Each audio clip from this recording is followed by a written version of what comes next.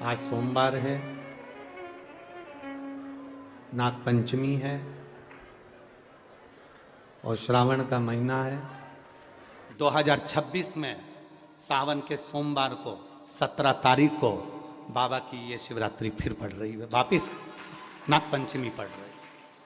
अगर सावन के महीने में सोमवार पड़ जाए, श्रावण के महीने का सोमवार पड़े और श्रावण के महीने के सोमवार के दिन, सावन के महीने के सोमवार के दिन अगर नाग पंचमी पड़ जाती है और भगवान शंकर को एक कमल आता है श्वेत, एक कमल आता है नीला गुलाबी सा, हल्का सा नील वर्ण का, एक कमल हल्का सा नीला जैसा गुलाबी सा दिखता है। वो कमल यदि शिव जी को मात्र एक समर्पित कर दिया जाए, सावन के महीने के सोमवार को पड़ने वाली नाग पंचमी के दिन अगर वो नील निधि के नाम से, हे भोले बाबा आपके जीवन की सारी जितनी निधियां हैं वो नील निधि में समाहित है, और उस नील निधि के भाव से मैं ये कमल दल आपको दे रहा हूं और बाबा को समर्पित कर कर वो कमल दल भगवान शंकर के मंदिर से लेकर आ जाओ। जिंदगी में कभी भूखे नहीं रहना पड़ेगा, सारी निधियां तुम्हारे पास में होगी, सारी सिद्धियां तुम्हारे पास में। वो नील निधि 33 वर्ष में बाबा जी 33 वर्ष में 6 बार सावन के सोमवार को नाग पंचमी पड़ी है। 33 वर्ष, एक पड़ी थी 96 में, एक पड़ी थी 99 में, एक पड़ी थी 2012 में, एक पड़ी थी 2019 में, एक पड़ी थी 2023 में, और अब इस वर्ष भी वापिस नाग पंचमी पड़ रही। सावन के सोमवार पर पड़ने वाली नाग पंचमी को निधि पंचमी कहा जाता है, नील निधि पंचमी। भले वो नाग पंचमी है पर वो इतनी निधि दे देती है। क्यों कहते हैं महाराज? आपने देखा होगा चंद्र ग्रहण सूर्य ग्रहण होते हैं तो लोग शंकर जी के मंदिर में बैठकर तप करते थे, अघोरी तप करते थे, साधना तप करते थे। अब ये संसार का मनुष्य कोई अघोरी तो है नहीं, संसार का मनुष्य अघोर व्रत तो धारण करता नहीं है। संसार का मनुष्य तो बेचारा घर में डूबा रहता है, परिवार में डूबा रहता है, काम में डूबा रहता है। तो इसको निधि कैसे प्राप्त हो, इसको वो हीरा कैसे मिल जाए, इसको वो फल कैसे मिल जाए? तो उसके लिए स्वयं देवाधिदेव महादेव की कथा कहती है, स्कंद पुराण वर्णन करती है, शिव पुराण वर्णन करती है। सावन के महीने में जब सोमवार पड़े, सोमवार के दिन नाग पंचमी पड़े, नाग पंचमी के दिन जो नील पुष्प भगवान शिव को कमल का समर्पित कर देता है और उसी कमल के पुष्प को नील निधि के रूप में लेकर आ जाता है, उसके पास में कभी जिंदगी में ना अष्ट सिद्धि की कमी होती है, ना नव निधि की कमी होती है। उसका वैभव वैभव।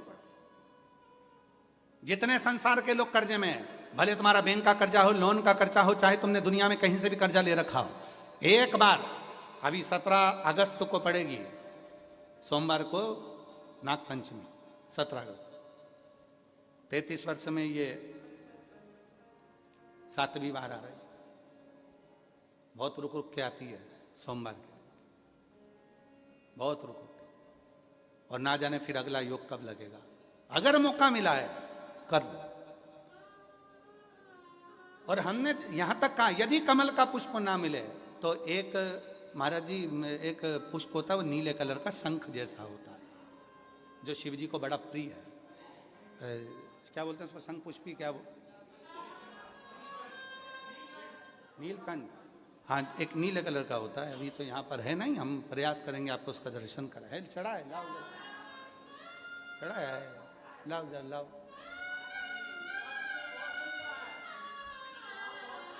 अच्छा यहाँ मिलता है, अच्छा हाँ ये देखो। अगर मान लो तुम्हें नील कमल ना मिले, नील कमल प्राप्त ना हो, कहीं सरोवर तालाब में अभी बहुत बारिश हो रही है, कहीं जाना नहीं, नील कमल नहीं मिल रहा है, तो ये नीला पुष्प अगर आपको मिल जाए, एक बार नील निधि के नाम से शिव को समर्पित करना और बाबा को समर्पित कर कर उसी को वापिस लेकर आना। बाबा मेरे घर में अष्ट सिद्धि नव निधि निवास करे, कृपा करना। 1 साल के अंदर आप सब पत्र में लिखकर भेजोगे कि आपको किसी के दरवाजे पर हाथ फेराने की जरूरत नहीं पड़ेगी, भगवान जो वैभव देगा वो देखते बनेगा।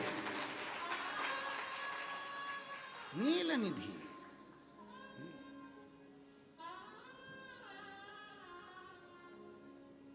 कौन सा दिन है? बोलो जरा।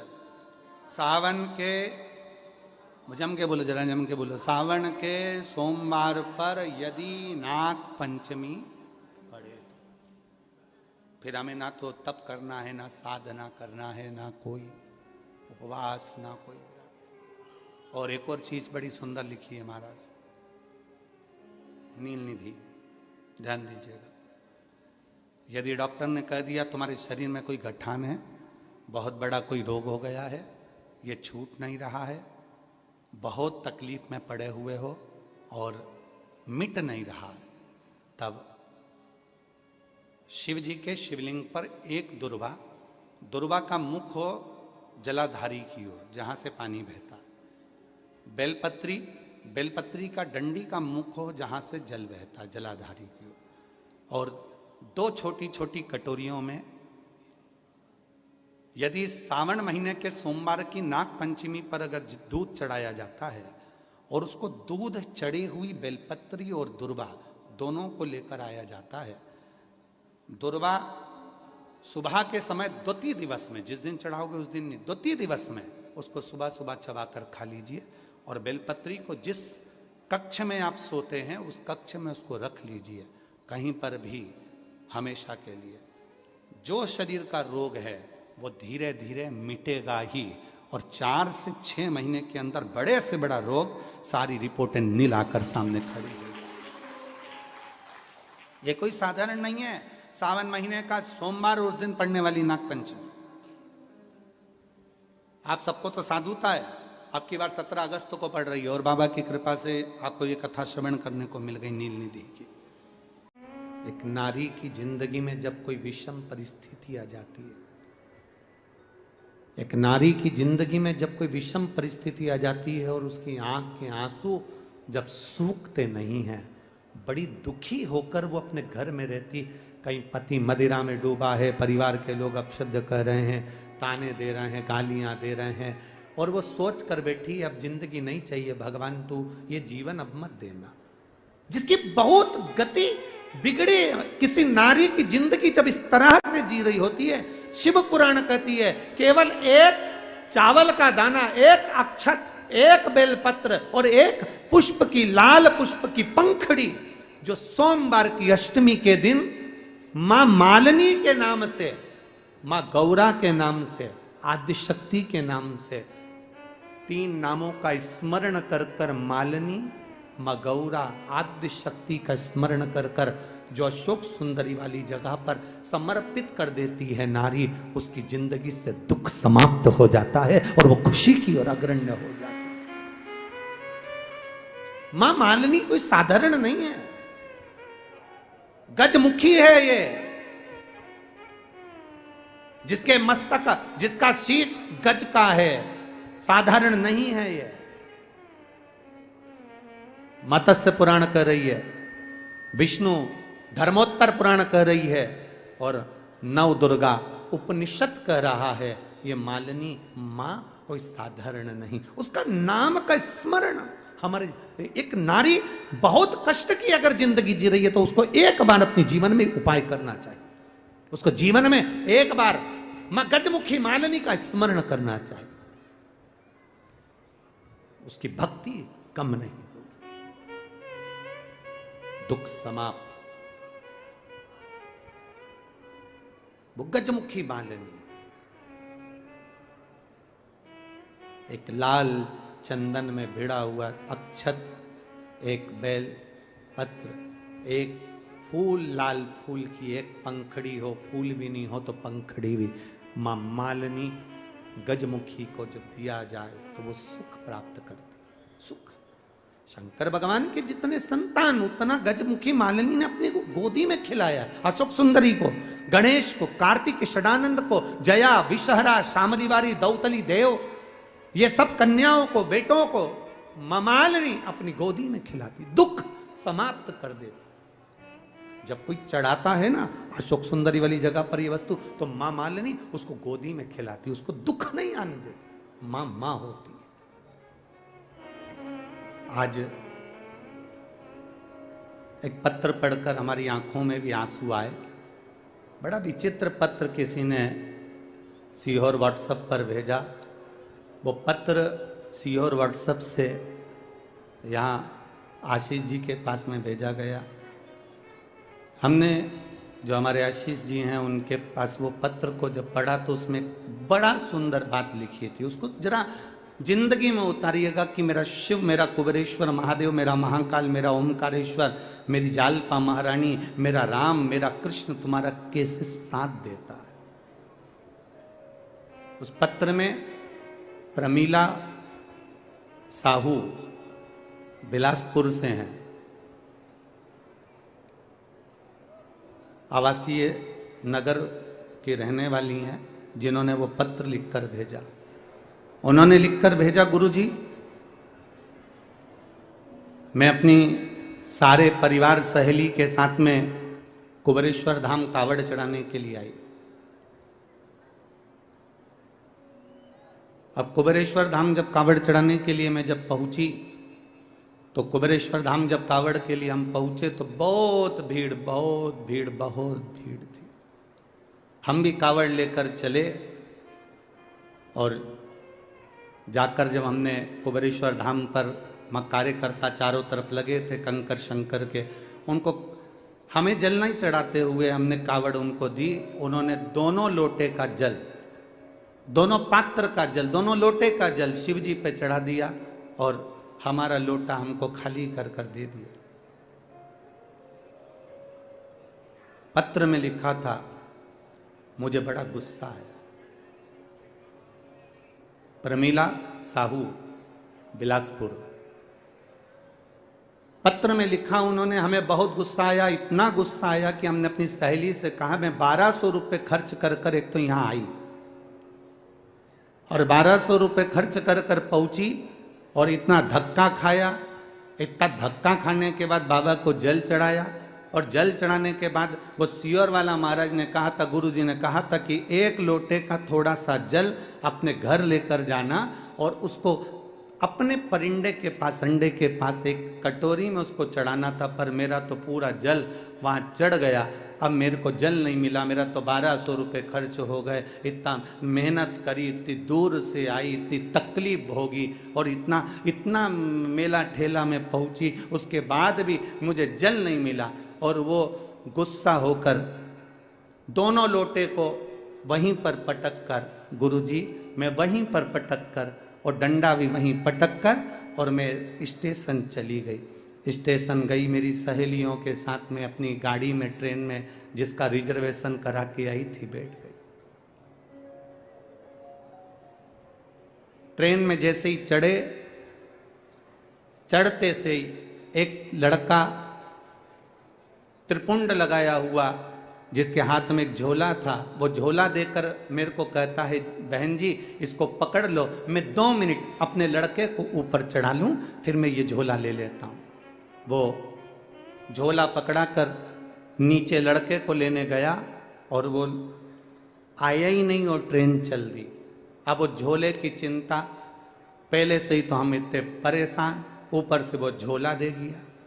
अब गुरुजी क्या कहें, हमने अपनी सहेलियों से कहा फालतू का 1200 रुपये लग गया और एक तो परेशान अलग हो गए और पानी भी नहीं मिला, जो चढ़ा हुआ कटोरी में चढ़ाना था वो सीहोर वाला महाराज बोला था। अब वो झोला पकड़ा कर, वो झोला लेकर गुरुजी हम बिलासपुर आ गए और बिलासपुर में हमारे बच्चे लोग झोले को कहा, माँ ये किसका लिया है? तो मैंने कहा देख ले, उसका एड्रेस या कोई आईडी प्रूफ होगा तो भेज देंगे। जब झोले को खोला तो गुरुजी उसमें जय महाकाल लिखा हुआ एक लाल कपड़ा था, उसमें 1200 रुपये बंधे हुए थे, एक लोटे में पानी रखा हुआ था, एक लोटे में पानी रखा हुआ था और लोटे के पास में पुष्टे पर, एक कागज पर, पुष्टे पर एक लाइन लिखी हुई थी, तू अपने पिता से रूठ कर क्यों जा रही है, वापिस जल्दी आना। बस वो लोटा और वो 1200 रुपये प्राप्त। गुरुजी किसको मालूम कि मैं मेरे बाबा से रूठ कर जा रही थी और मेरे बाबा ने जल भी दिया और वो 1200 रुपये में बार बार बखानी थी, इसलिए 1200 रुपये मेरे बाबा ने वापस भेज दिए। मैं उस उस पत्र में लिखा मैं इस 1200 रुपए का करूं क्या? तो प्रमीला दीदी, मेरा निवेदन है उस 1200 को तुम्हारे पास रखो। मेरे बाबा के धाम कुबेर भंडारी के दरवाजे पर आते हो ना, ये विचार कर कर आना कि हम हमारे पिता के घर जा रहे हैं और पिता कभी खाली नहीं छोड़ता।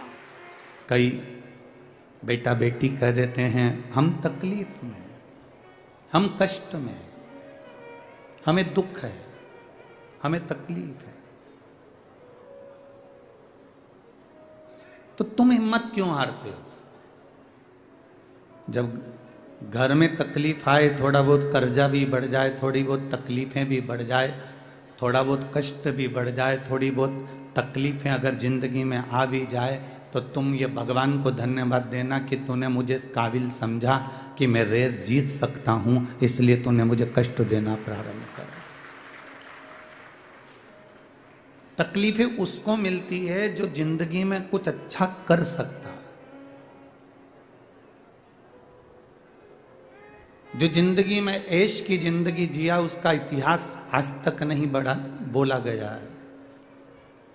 जिसने अपनी जिंदगी में बहुत उन्नति के साथ में अपनी ऐश की जिंदगी जी, डनलप के गद्दे पर सोया, एसी के रूम में सोया, खूब पकवान खाए, बादाम काजू खाया, 4 व्हीलर गाड़ी से घूमा, एंजॉय करा, उसका इतिहास आज तक किसी ने नहीं दोहराया, उसका नाम आज तक किसी ने नहीं लिया। नाम उसी का चला है जिसने कष्ट में जिंदगी जी। राम जी ने 14 वर्ष वन भोगा, इसलिए राम जी का नाम चला। भगवान कृष्ण ने कारागार में जन्म लेकर कष्ट भोगा, इसलिए भगवान कृष्ण का नाम चला। अपने गोकुल से वृंदावन, वृंदावन से फिर द्वारका, फिर मथुरा, ये सब क्रम भगवान को जानना पड़ा।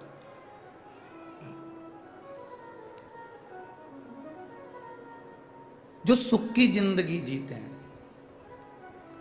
एंजॉयफुल जीवन जी रहे हैं, उनका इतिहास कुछ भी नहीं, उनका नाम कहीं नहीं है। बाप पिता कभी खाली नहीं छोड़ता। एक पत्र आया है जिस बहन के घर में 23 साल तक औलाद नहीं हुई, सारे डॉक्टरों को दिखाने के बाद, सबसे निवेदन करने के बाद, सबसे प्रार्थना करने के बाद हार गई, तब उसके मोहल्ले के लोग भी उसको ताना देने लगे। वो अपने परिवार से, अपने पति से केवल इतना बोली कि मुझे कुबेरेश्वर धाम तक ले चलो। मेरा विश्वास करता है एक बार अगर कुबेरेश्वर जाऊंगी तो मेरी झोली भरा जाएगी। पति ने कहा इतने बड़े बड़े डॉक्टर हो गए, सबकी गोदी भरवा ली, ना जाने कहां कहां गोदी भरवा किया, नारियल का ढेर लगा घर के अंदर, और तू कह रही है कुबेरेश्वर चल चलो। चलो तुम चलो तो सही एक बार। पति को लेकर कुबेरेश्वर धाम गई और बाबा से प्रार्थना कर कर जब वापिस आई, पशुपतिनाथ का व्रत किया और वहां से एक कंकर शंकर को लेकर आ गई और बाबा से कहा जिस दिन औलाद होगी तेरी कथा में पहुंचूंगी और तेरे दरवाजे पर आऊंगी। 23 साल के बाद मुझे जुड़वा बच्चे भगवान ने प्रदान कर दिए।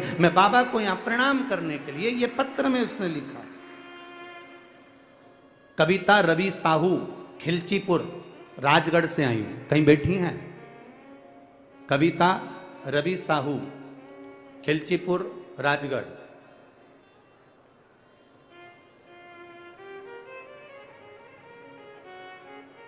खिलचीपुर, राजगढ़। कविता रवि साहू, कहीं बैठे हो तो अपना हाथ हिला सकती हैं।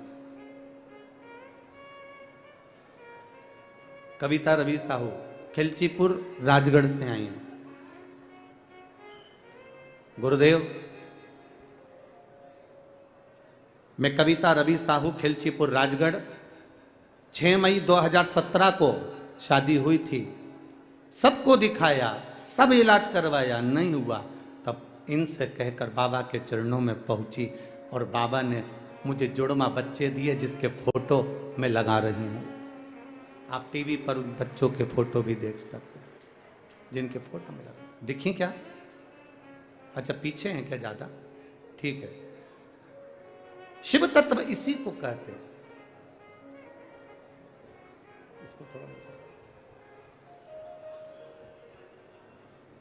खाली न जाता कोई दर से तुम्हारे, ऐसी खाली न जाता कोई दर से तुम्हारे, मैं भी खड़ा सारे अपने हृदय से लगा लो, लगा लो। गिरा जा रहा हूँ, उठा लो, उठा। आप जब शिव महापुराण की कथा में पहुंचे, आप जब शिवालय में पहुंचे, आप जब कुबेरेश्वर धाम पर पहुंचे, आप जब महाकाल राजा के चरणों में पहुंचे, आप जब ओंकारेश्वर पहुंचे, आप जब विश्वनाथ पहुंचे, आप जब केदारनाथ पहुंचे, आप जब जालपा भवानी के चरणों में पहुंचे, तो ये विचार कर कर जाना कि मेरा बाबा, मेरी माता रानी तुमको खाली नहीं भेजती, कुछ ना कुछ देकर जरूर भेजती है। वो साधारण नहीं हो सकती, उसकी भक्ति साधारण नहीं हो सकती, उसका विश्वास साधारण नहीं हो सकता, उसकी दृढ़ता साधारण नहीं हो सकती।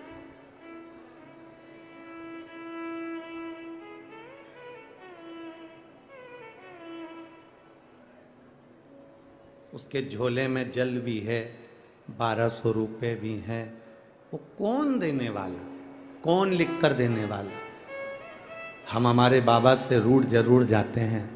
हमको लगता है कि वो हमारा परीक्षा ले रहा है, हमको लगता है वो हमारी परीक्षा ले रहा है। मैं भूखी रह गई, मैं प्यासी रह गई, मैं अब पहुंची, हो सकता है हम जितना कष्ट देवाधिदेव महादेव की कथा में, जितना कष्ट बाबा से मिलने में, जितना कष्ट हम परमात्मा को प्राप्त करने में, हम जितना कष्ट भुगतते हैं, जितना कष्ट हमें होता है, हम स्टेशन पर पड़े हैं, हम बस में धक्के खा रहे हैं, हम गाड़ियों पर पड़े हैं, हम रोड पर पड़े हैं, हम टेंट में पड़े हुए हैं, मिल रहा खाने को नहीं मिल रहा, हम जितना जितना कष्ट भोगते हैं, ये तैयारी में रहना कि जैसे रेस के घोड़े को मालिक कष्ट देता है तो रेस का घोड़ा जीत जाता है। अगर तुझे कष्ट मिल रहा है तो तू भी जीत कर ही मानेगा, निश्चितता है तेरी।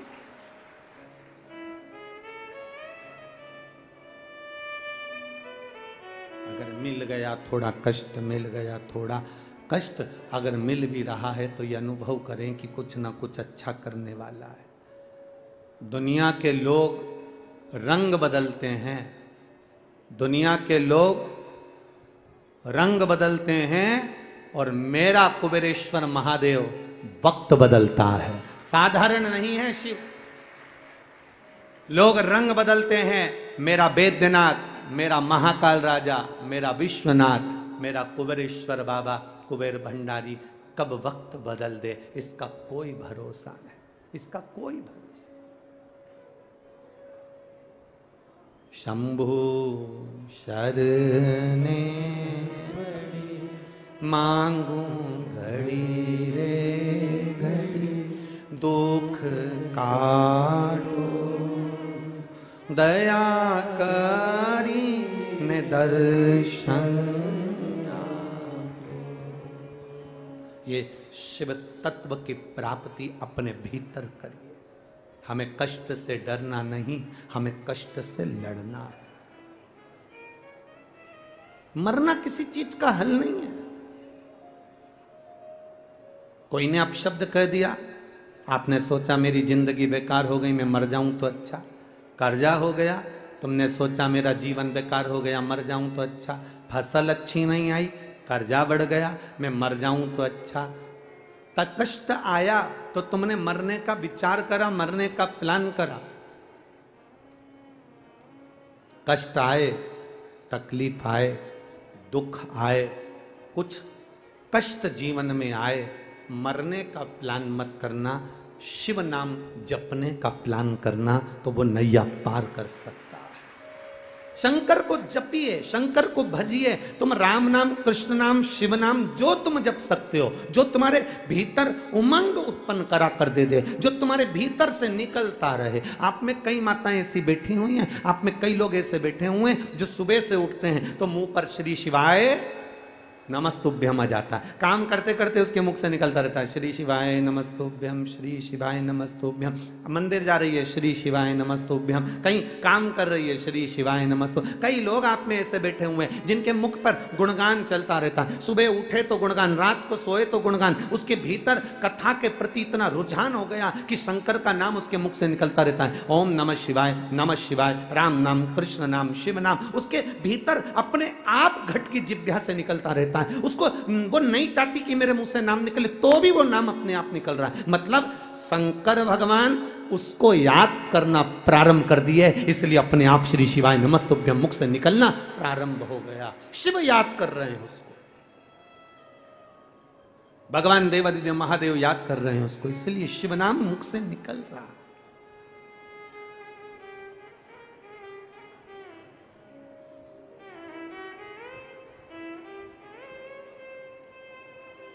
वो कहे ना, जो शिव नाम होठों पे अरे चढ़ गया रे, तो समझो ये जीवन सवर गया रे, तो समझो ये जीवन सवर गया रे। मन को बना ले शिव का शिवालय, मन को बना ले तू शिव का शिवालय।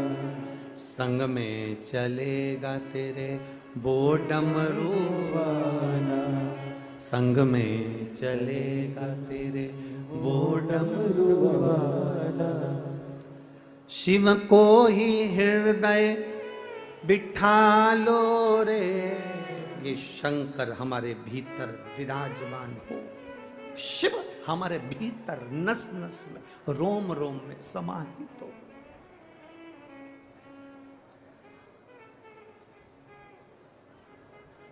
और जब शिव रूपी रतन हमारे भीतर आ जाएगा, जब हमारे भीतर शिव रूपी रतन आ गया, जब हमारे भीतर राम रूपी रतन आ गया, जब हमारे भीतर कृष्ण रूपी रतन आ गया, जब हमारे भीतर भगवत भजन रूपी रतन आ गया, तो समझ लें कि अपने जीवन की सार्थकता निश्चित है।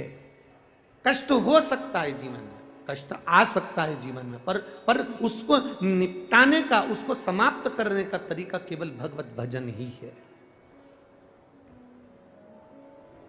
केवल प्रभु का नाम ही है।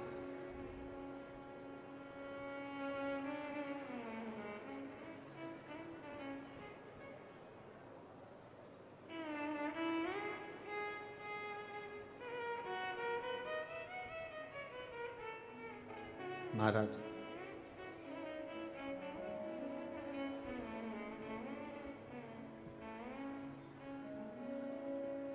बड़ी दूर किनारा है, बड़ी दूर किनारा है, कश्ती भी पुरानी है, भोले बाबा सुन भी लो ये मेरी कहानी है। बड़ी दूर किनारा है, कश्ती भी पुरानी है, भोले बाबा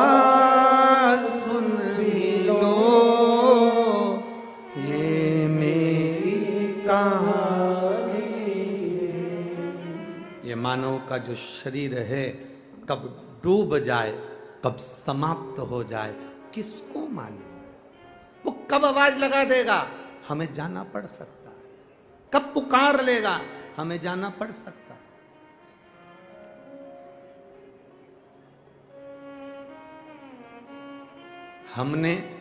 हम आपका तो नहीं कह सकते, हम आपका नहीं कह सकते, पर मेरा विश्वास कहता है कि जैसा बचपन हमारा निकला वैसा बचपन तुम्हारा निकला होगा, ये पक्का है। इसलिए हम आपका नहीं कह सकते। अगर आपको लगता है कि आपका भी बचपन ऐसे ही निकला है तो अभी आपके चेहरे पर प्रसन्नता नजर आएगी। हमारा जो बचपन निकला, हमारे घर के पास में जब कोई मकान बनता था, दुकान बनती थी, तो बहुत सारी रेत पटक जाते थे, बालू रेत, और बालू रेत पटक जाते थे और बालू रेत पटक देते, तो हमारे जितने भी मित्र दोस्त होते थे छोटे छोटे, सब एक साथ मिलके रेत के ढेर पे खेलते थे। वो भगाता था, फिर भी हम खेलते थे। अब भगाता खेलते, अपना अपना एरिया बांध लेते, इतनी मेरी जगह, तो उंगली से हम पूरा गोला बना देते थे, ये मेरी जगह है। और फिर उस रेत में हाथ डाल के धीरे धीरे से खोदते खोदते खोदते खोदते उसमें एक मकान बना लेते थे। मकान बनाते, फिर कोई दूसरा भी मकान बनाता। ये हमारी कह रहे हैं, और मुझे लगता है आपने भी रेत के ढेर पर मकान बनाया ही होगा, ये निश्चित है। आपने भी बनाया होगा, ये निश्चित था। रेत के ढेर पर थोड़ा थोड़ा सा रेत निकाल के मकान बना लिया। अब मकान बना रहे थे, अच्छे से खेल रहे थे, आराम से मकान बना रहे, अच्छे से रह रहे। उधर वाला उधर मकान बना रहा, इधर वाला इधर मकान बना रहा, और सब आराम से खेल रहे थे। मकान पूरा कंप्लीट हो गया, उसमें छोटे छोटे से पत्थर उठा के उसमें रख भी दिए, थोड़ा थोड़ा सा पेड़ पौधा भी रख दिया, थोड़ा थोड़ा सा सामान भी रख दिया। मकान कंप्लीट हुआ, सब कुछ रख दिया। और थोड़ी देर के बाद, 1-1.5 घंटे के बाद हमारी अम्मा चिल्लाई, छोरा जल्दी आ, चल रोटी खा। और जो माँ ने आवाज लगाई, और तुरंत वो बना हुआ पूरा मकान, पूरी प्रॉपर्टी जो इतने दिल से बनाई थी, एक आवाज में छोड़कर जाना पड़ी। बस यही कथा हमारी जिंदगी की है, वो आवाज लगाएगा, सब छोड़कर जाना पड़ जाएगा। ये जो बचपन की कथा है, ये हमारी जिंदगी की कथा है। ये जो बचपन की एक खेल की कथा है कि हमने मकान बनाया, हमने रेत में मकान बनाया, हमने सुंदर मकान बनाया, अपना एरिया भी बनाया, अपना क्षेत्र भी बनाया। और इतने में मम्मी ने आवाज लगाई, माँ ने आवाज लगाई, माता ने आवाज लगाई, पिता ने आवाज लगाई, और पूरा की पूरा मकान छोड़कर, इतना जोरदार मकान छोड़कर जाना पड़ा। अब उस मकान में कुत्ता बैठ रहा है कि कोई दूसरा कब्जा कर लिया, कि कोई ने बिगाड़ दिया, कि कोई ने रख लिया, किसको मालूम। आप तो चले गए, मम्मी ने बुला लिया, पापा ने बुला लिया, पिताजी ने आवाज लगा दी, बुला लिया। बस उसी तरह से हमने दुकान बनाई, हमने घर बनाया, 4-4 दुकान, 2-2 फैक्ट्री, 5-5 गाड़ी, बंगला, जमीन, जायदाद, सत्ता, वैभव सब बनाया, और मकान पूरा कंप्लीट करा।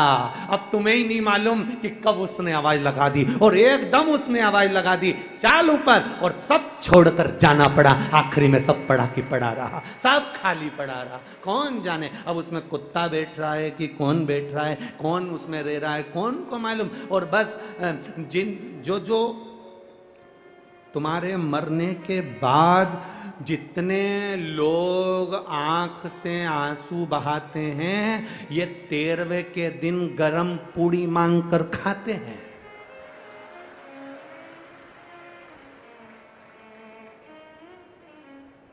इनको दुख नहीं है, बस केवल 2 दिन का दुख। जिस दिन लेकर गए राम नाम, अरे जम के तो बोलो, राम नाम सत्य है, बोलते रहना चाहिए, अच्छी बात है, कोई दिक्कत नहीं। राम का नाम सत्य बोलने में कुछ नहीं जाता। और अपन अभी अच्छे हैं इसलिए बोल लो, नहीं तो बाद में अपन को बोलने का भी मौका नहीं मिलेगा, दूसरे बोलेंगे, अपन तो पड़े रहेंगे। तो बोलने में क्या जाता है, उसमें बोल रही तो लोग रोएंगे, 1 दिन 2 दिन 3 दिन परिवार वाले रोएंगे। जितने तुमको छोड़ने के लिए जाएंगे सबकी आंख में आंसू होगा, परिवार वाले, कुटुंब वाले, नातेदार, रिश्तेदार सब रोएंगे। और रोने वालों को 13वें के दिन देखना, 13वें के दिन सब इशारे में कह रहे होंगे, गरम लिया, गरम जा। वो व्यक्ति स्वर्ग गया कि नरक गया, वो व्यक्ति कहाँ गया किसी को नहीं मालूम। बस तीसरा पूरा हुआ और चौथे दिन से पत्रिका लिखना चालू। बड़ी बहू से पूछ लो किस किस के भेजना है, छोटी बहू से पूछ लो किस किस के भेजना है। और उन्होंने पूरी पत्रिका लिख लिख के डलवा दी।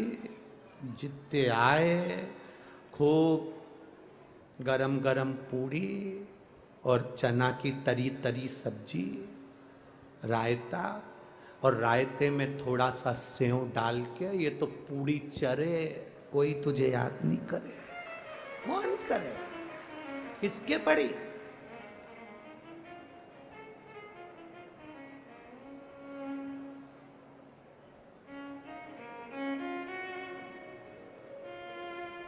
कौन साथ देगा? किसको पड़ी है महाराज?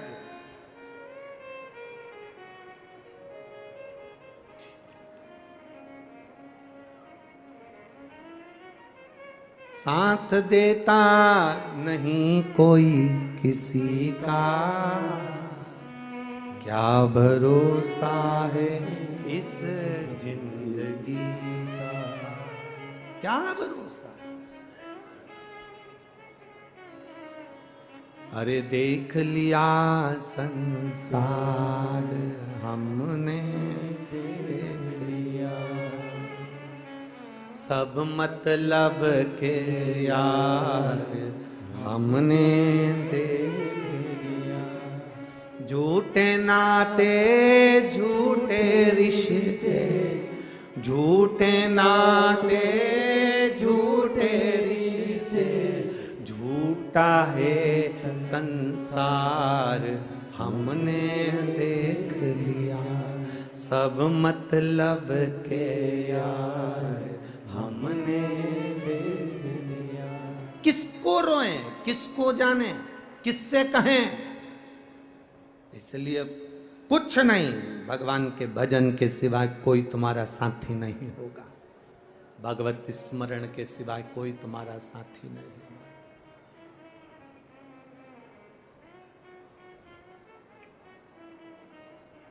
इसीलिए बार बार कहते हैं तुमसे, शिव के सिवा कहीं दिल ना,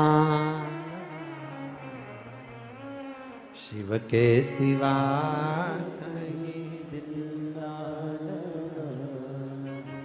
वरना पड़ेगा तुझे आंसू बहाना, वरना पड़ेगा तुझे आंसू बहाना, शिव के सिवा कहीं दिल ना लगाना, शिव के सिवा कहीं दिल ना लगाना, शिव के सिवा कहीं दिल ना लगाना, शिव के सिवा कहीं दिल ना लगाना, वरना पड़ेगा तुझे आंसू बहाना, वरना पड़ेगा तुझे आंसू बहाना, शिव के सिवा कहीं दिल ना लगाना, शिव के सिवा कहीं दिल ना लगाना। पीछे वाले भी दोनों हाथों से, तीनों पंडाल के, चारों पांचों पंडाल वाले, जो साइड के पंडाल लगे हैं दो, उनके भी भक्त दोनों हाथों से।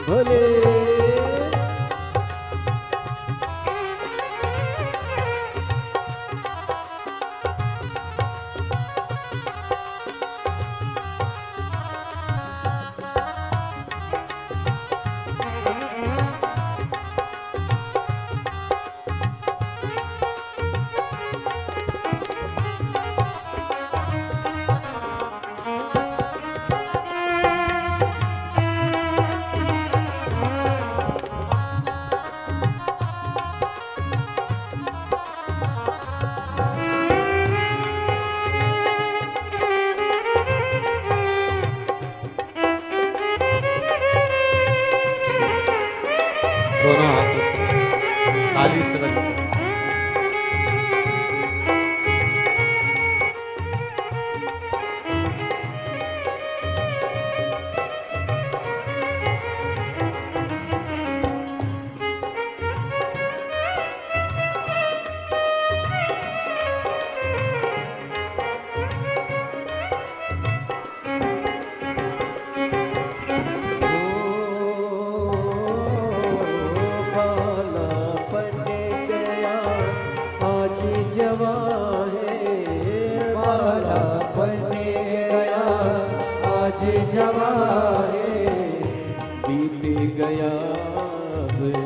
समय कहाँ है, बीत गया समय कहाँ है।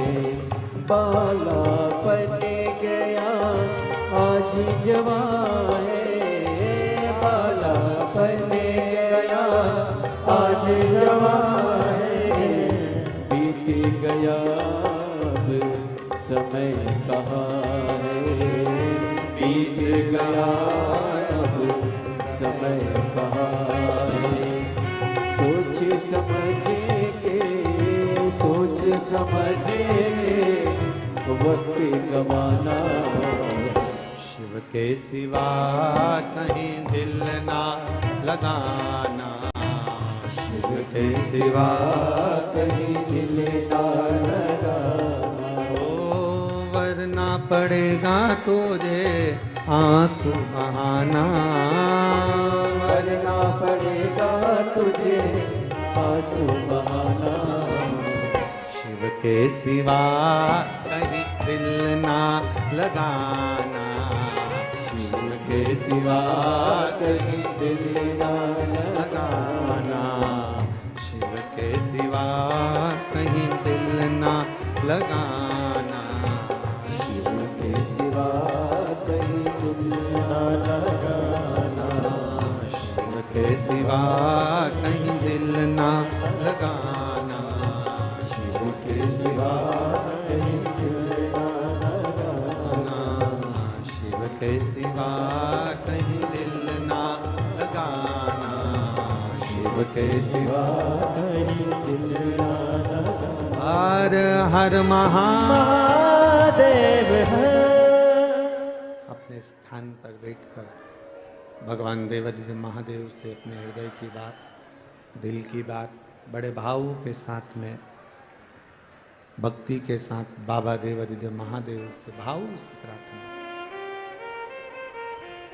जहाँ जगह मिले वहाँ बैठो, कार्यकर्ता हो वो भी बाबा से प्रार्थना करें। 83,99,999 योनियां काटने के बाद 84 लाखवें नंबर की योनि जब मानव की देह प्राप्त होती है।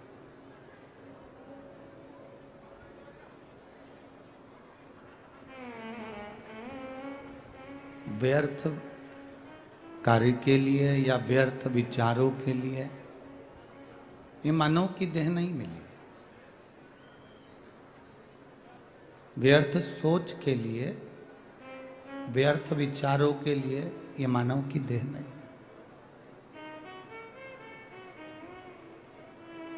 थोड़ा सा जिंदगी में अगर दुख आता है तो ये कभी ना सोचें कि हमारे को भगवान ने ज्यादा दुख दे दिया। थोड़ी तकलीफें अगर जिंदगी में आए तो ये विचार ना करें कि भगवान ने हमको ज्यादा तकलीफें दे दी।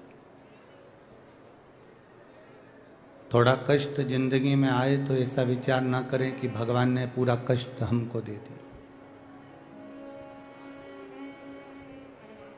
कभी घोड़े की रेस देखना, कभी घोड़े की रेस देखिएगा। घोड़े की जो रेस होती है उस पर जो घोड़े पर मालिक बैठा रहता है, घोड़े को नहीं मालूम रहता कि मुझे रेस में लाकर खड़ा करा। ये घोड़े को नहीं मालूम।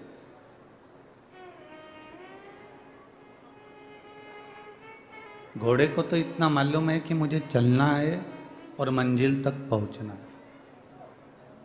घोड़े को मालूम नहीं रहता कि मैं रेस में खड़ा हूं, मुझे रेस जीतना है। ये घोड़े को नहीं मालूम।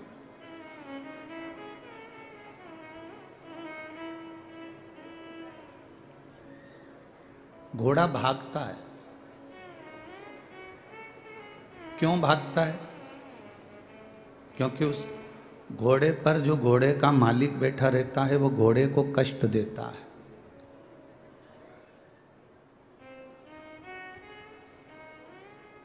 घोड़े का जो मालिक है वो घोड़े को थोड़ी त्राड़ देता है। घोड़े का मालिक घोड़े को बार बार मारता है, उसको चुभाता है, तो घोड़ा भागता है।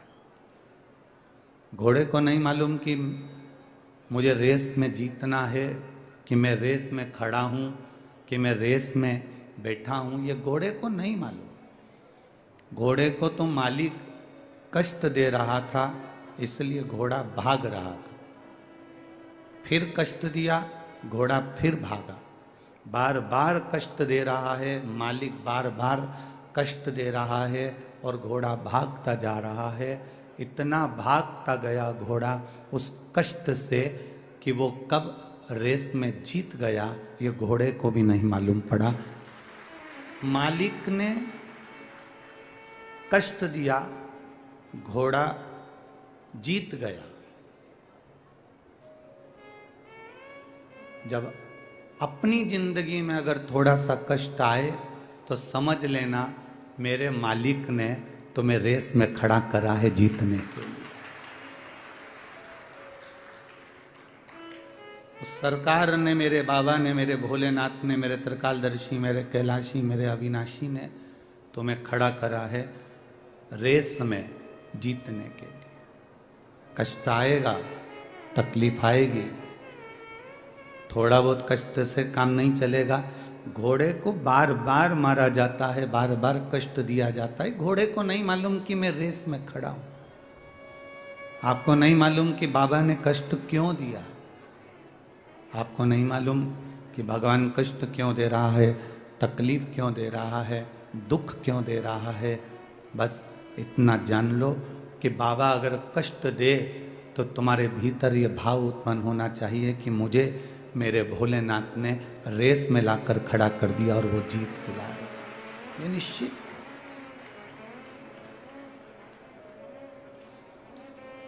कई बहुएं कह देती हैं गुरुजी हम बड़े दुखी हैं।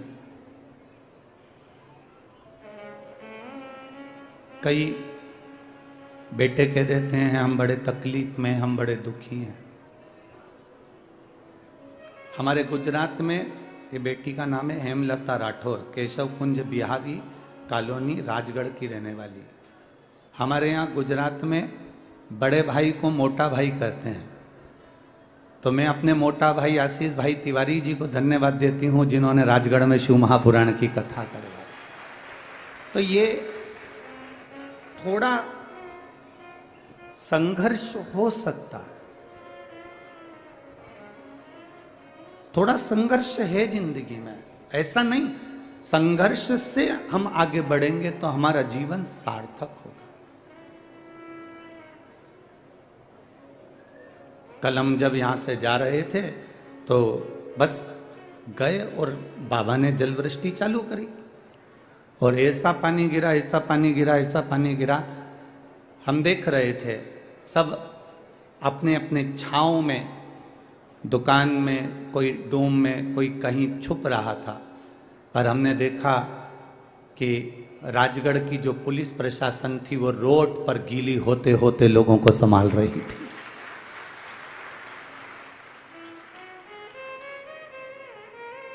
मैं धन्यवाद दूंगा यहाँ के कलेक्टर महोदय, एसपी महोदय, एसडीएम, सीएसपी, एसपी सभी को, नगर पालिका, नगर निगम को,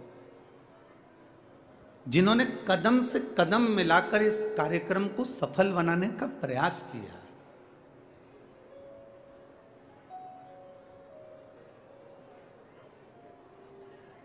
और राजगढ़ के ये निवासी अभी हम आ रहे थे तो एक ट्रैक्टर ट्राली जा रहा था, उस ट्राली पर लिखा हुआ था निशुल्क कथा स्थल तक जाने की व्यवस्था। हम देखकर खुश हो गए कि किसी किसान भाई ने अपनी ट्राली लगा रखी है, निशुल्क कथा स्थल तक जाने। ट्राली उसके पास जो है वो व्यवस्था वो कर रहा है, उसके पास जो है वो व्यवस्था वो दे रहा है। मेरा तो युवान युवान बेटों से निवेदन है, तुम दिन भर अपनी अपनी गाड़ी का पेट्रोल फूकते रहते हो, कथा के 1 घंटे पहले अगर मेरे राजगढ़ के बेटे अपनी 2 व्हीलर गाड़ी लेकर चौराहे पर खड़े मिले और बूढ़े लोगों को अंदर तक छोड़ दें, तो उससे बढ़कर सुख क्या हो सकता है। आप दिन भर भी तो गाड़ी चलाते हो, मन में ये सोचना कि मैं 100 रुपए का पेट्रोल डलवाऊंगा और जो बुजुर्ग जा रहा होगा उसको कथा स्थल तक पहुंचाऊंगा, और वापिस बुजुर्ग अगर शहर में जा रहा होगा तो उसको अपनी मोटरसाइकिल से वापिस अपने उस चौराहे तक पहुंचा। आप दिन भर भी तो गाड़ी चला रहे हो, आप ज़्यादा सहयोग नहीं कर सकते, पर इतना सहयोग जरूर करो। जैसे वो गाँव का किसान आदमी ने अपना ट्रैक्टर ट्राली लगा दिया और उस पर लिख दिया निःशुल्क कथा स्थल तक जाने की व्यवस्था। और ध्यान देना, जो परमात्मा के दरवाजे तक लाकर छोड़ देता है उसको भी भगवान एक उन्नति की सीढ़ी पर ले जाकर छोड़ देता है। वो साधारण नहीं हो सकता। आपका विश्वास, आपकी दृढ़ता, आपका भरोसा सहज ना हो।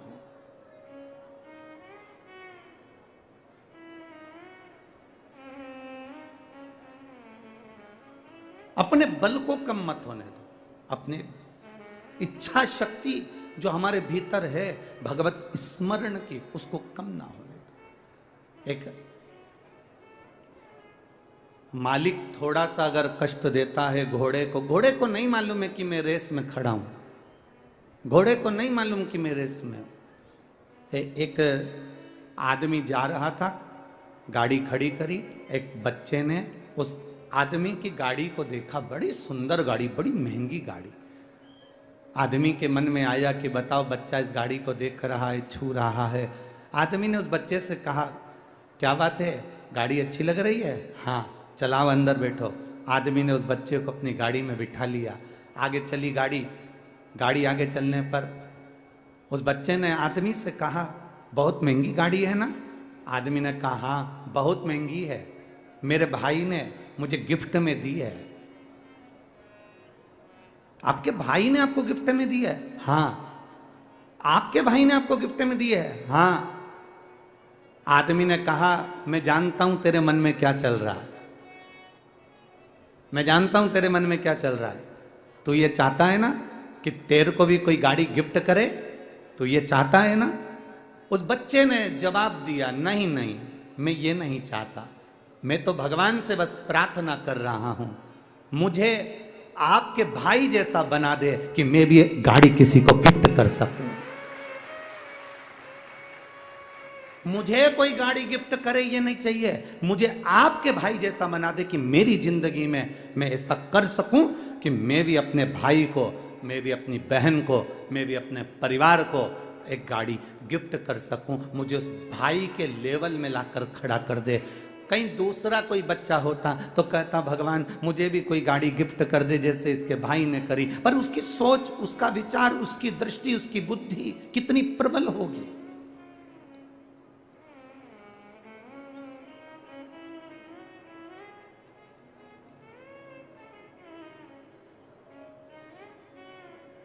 हम सोचते हैं, भगवान से प्रार्थना करते हैं, भगवान ऐसा कुछ कर दो कि मैं, हे भगवान मुझे ये दे दो, हे भगवान मुझे दे दो। भगवान से कहना, भगवान अगर देना तो तेरा साथ देना, तेरे चरणार विंद की रज देना, तेरे हस्त कमल का आशीर्वाद देना, और ऐसा बना देना जिंदगी में कि जब मौका मिले राजगढ़ क्षेत्र में कथा का, तो मैं इन दोनों हाथों से लुटाती जाऊं। ऐसी कृपा मुझ पर कर देना, ऐसी दया मुझ पर कर देना, जो जीवन में आप जैसी कृपा करते आए हो, कुबेरेश्वर देव, कुबेरेश्वर महादेव, कुबेर भंडारी, ऐसी कृपा मेरी जिंदगी में करना। ऐसा जीवन, संघर्ष है जिंदगी माना, पर संघर्ष में, जिंदगी में संघर्षपूर्ण जीवन में भी एक सुख का अनुभव है। एक दिया आपने लगाया, वो दिया में हवा लगती है तो आप क्या करते हो उस दिए को, उस पर एक कांच की, जम के बोलो जरा, हंडी रख देते हो। कांच की हंडी काहे के लिए रखी? कि दिया बुझे नहीं। बोलो सही है कि गलत है? दिया बुझे नहीं, इसलिए कांच की हंडी रख देते हो। कोई तुमसे कहे क्या जरूरत है कथा में जाकर बैठने की, कोई तुमसे कहे टीवी पर कथा आ रही है, क्या करोगे वहां इतनी दूर, 5 किलोमीटर 3 किलोमीटर 4 किलोमीटर दूर जाने की। कोई तुमसे कहे क्या जरूरत है शंकर जी के मंदिर जाने की, उसको कह देना दिया बुझे नहीं, इसलिए उसे हंडी में रखा जाता है। और हम भी भोलेनाथ के वो दिए हैं, इस संसार में बुझ ना जाए, इसलिए कथा की हंडी में जाकर बैठ जाते हैं। ये कथा की हंडी है। इस हंडी के अंदर, इस पंडाल में, इस कथा के आनंद में, इस शिव मंदिर के अंदर, शिवालय में, देवालय में हम जाकर जब बैठते हैं तो हम काम, लोभ, वासना, आसक्ति, तृष्णा, इन सब से बच जाते हैं। ये वो हंडी है जिसके अंदर हम बैठे हैं।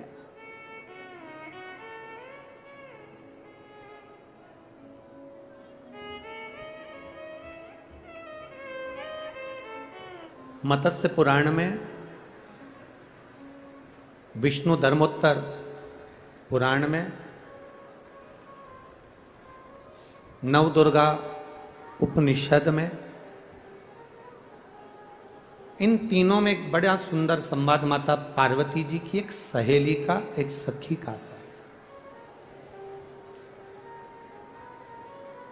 मां जगतजननी जगदम्बा माता पार्वती जी की एक सहेली थी जिसका नाम था मालिनी। क्या नाम है उसका? जम के बोलो जरा, मालिनी। यह मां पार्वती जी की सहेली है, सखी है। और बड़ी विचित्र सखी है। जैसे गणेश जी के शरीर पर हाथी का मुख लगा है, उसी तरह ये मालिनी के शरीर पर भी हाथी का मुख लगा है।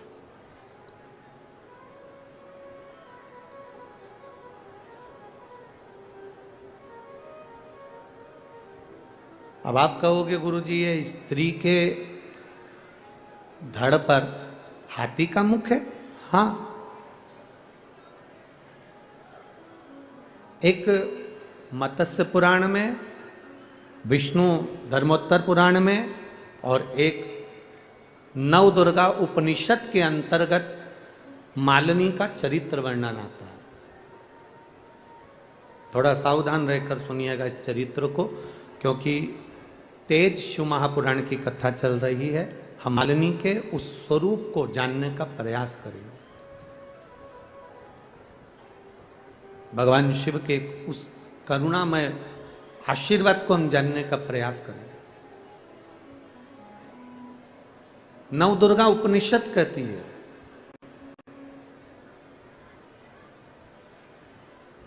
विष्णु धर्मोत्तर पुराण कह रही है, मत्स्य पुराण कह रही है, एक मालन, पूर्व में जो केवल मालन थी, फूल चुनकर लाना, टोकनी में भरना और बाजार में बेचना।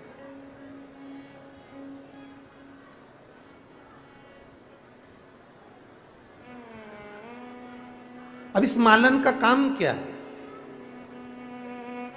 ये मालनी जो मालन है, ये पूर्व में जो मालन थी, इसका काम क्या है? केवल उस टोकनी में फूलों को एकत्रित करना और फूलों को एकत्रित कर कर उन फूलों को बेचना, उन फूलों को बाजार में लेकर जाना।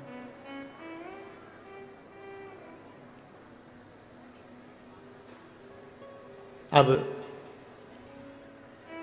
मालन फूल एकत्रित करती, बाजार ले जाती।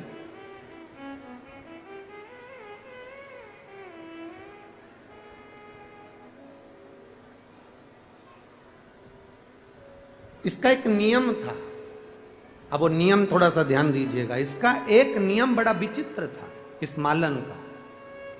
एक क्या करती थी,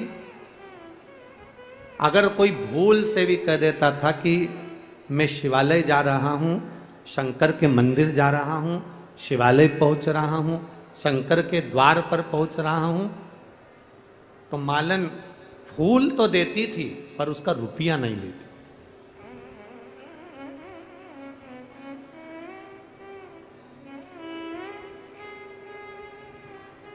उसका रुपया नहीं लेती मालन। अगर किसी ने भूलवश भी कह दिया ना कि मेरे को, मैं जा रहा हूं और मैं शिवालय जा रहा हूं, शंकर के मंदिर जा रहा हूं, शंकर के मंदिर में मुझे फूल चाहिए मालन जी, आप फूल दे दीजिए।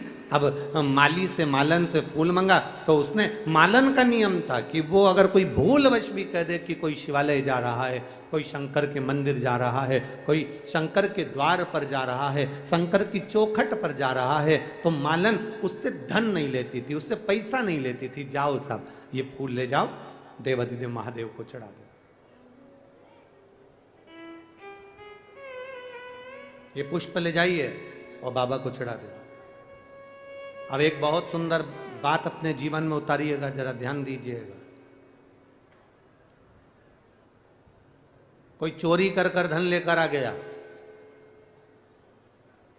कोई किसी को लूट कर धन लेकर आ गया, कोई किसी को दबाव देकर धन लेकर आ गया, कोई किसी को बेवकूफ बनाकर धन लेकर आ गया,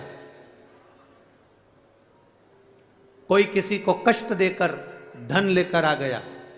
अब वो तुमने किसी को कष्ट देकर, दबाव देकर, चोरी कर कर, डाका डालकर, अपशब्द कहकर तुम किसी के यहाँ से पैसे लेकर आ गए और उस पैसे को मालूम पड़े तुम मंदिर में जाओ और मंदिर में जाकर तुम उस पैसे से विचार करा कि मैंने साहब वहाँ डाका डाला था, मैंने वहाँ से चोरी करी थी, एक काम करता हूँ अभी इस मंदिर में मैं पंखा टंगवा देता हूँ, मंदिर के अंदर मैं ये सामान लगवा देता हूं, मंदिर में मैं ये चीज लगवा देता हूं। अब आपसे पूछ रहे हैं, जितने राजगढ़ में भक्त बैठे हैं और जितने टीवी पर कथा सुन रहे हैं, जितने फेसबुक यूट्यूब पर कथा सुन रहे हैं, हम आपसे पूछें, तुम जा रहे हो और तुम्हें पड़ा हुआ 500 का नोट मिल गया, उस 500 रुपए के नोट में से तुमने 100 रुपए का भोजन किसी भूखे को करा दिया। अब तुम्हें जो 500 का नोट मिला और तुमने 100 रुपए का भोजन भूखे को कराया, अपनी जेब में से 500 रुपए निकालकर किसी भूखे को तुमने 100 रुपए का भोजन कराया।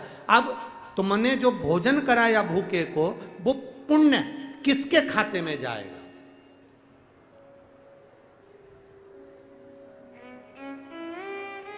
तुम्हारे खाते में कि जिसके वो 500 रुपए थे उसके खाते में?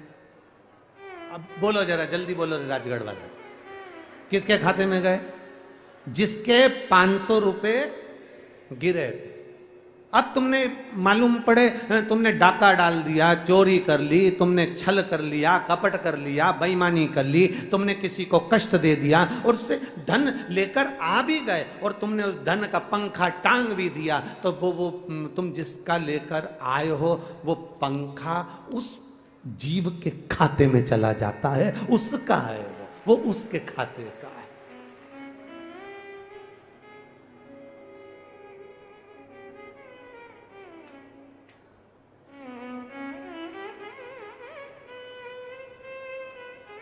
और सरल भाषा में समझ लो, राजगढ़ की जीजियों बहुत अच्छे से समझना, बहुत अच्छे से।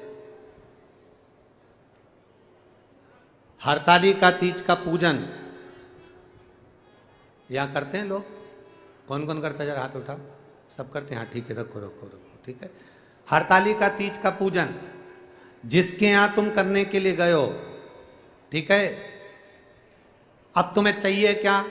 हरतालिका तीज का पूजन तुम जिसके यहाँ करने के लिए गए हो उसके यहाँ तुम्हें कहना चाहिए, जी जी हम आपके यहाँ पूजन करने आ रहे हैं, हम आपके यहाँ आ रहे हैं, रात भर कीर्तन भी करेंगे, तुम्हारे यहाँ की चाय भी पिएंगे, पर निवेदन इतना है कि चाय जो बनेगी वो जितनी भी बहन होनियाँ पूजन करने आई है सबकी तरफ से 5-5 रुपए मिलाएं, चाहे 2-2 रुपए मिलाएं, चाहे 1-1 रुपए मिलाएं, पर चाय सबकी तरफ से बनना चाहिए। उसका कारण यह है कि मालूम पड़े व्रत करा तुमने और पिला दी पड़ोसन ने चाय, और व्रत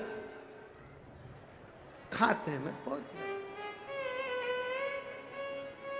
अब इतनी सारी माताएं बैठी है, ये हर बार कहती है हम तो हरतालिका तीज का व्रत करते हैं भगवान तो भी हमारी नहीं सुन रहा, हम तो हरतालिका तीज का व्रत करते हैं तो भी भगवान हमारी नहीं सुन रहा। जरूर तूने जहां व्रत करा था, जहां पूजन करी थी, उसके घर की चाय पी थी, पक्का है, निश्चित है।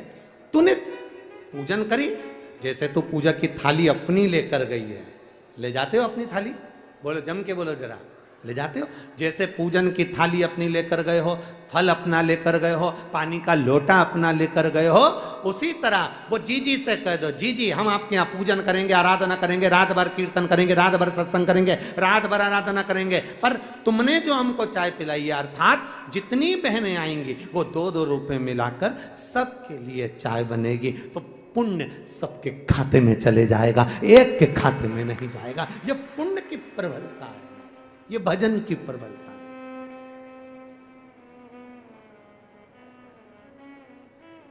और सरल भाषा में समझ लो, इससे भी सरल भाषा,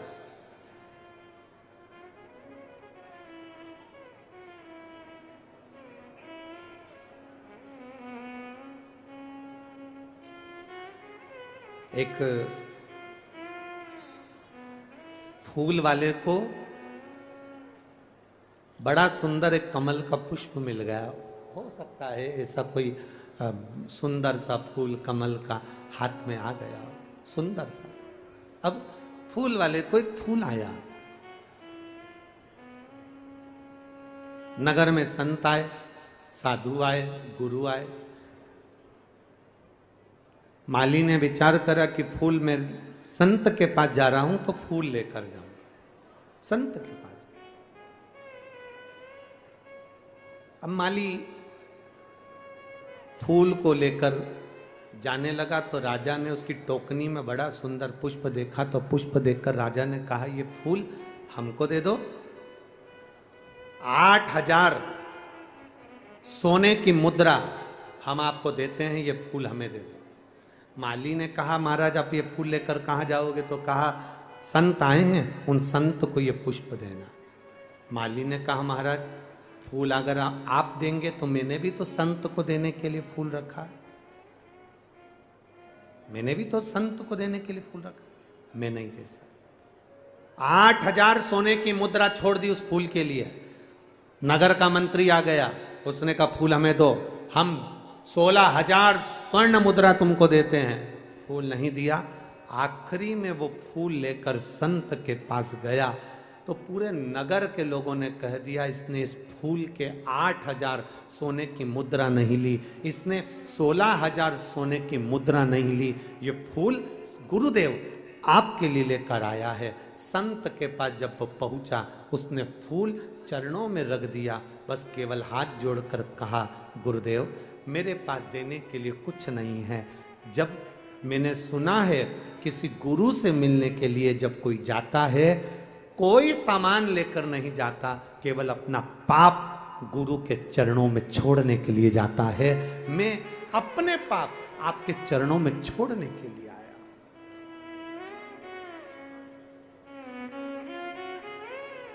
मैं अपना पाप एक गुरु के चरणों में छोड़ने के लिए, गुरु की आंख से आंसू बह गए, गुरु के नेत्रों से जल बह गए। आज कोई मिला जिसने सत्य कहा है।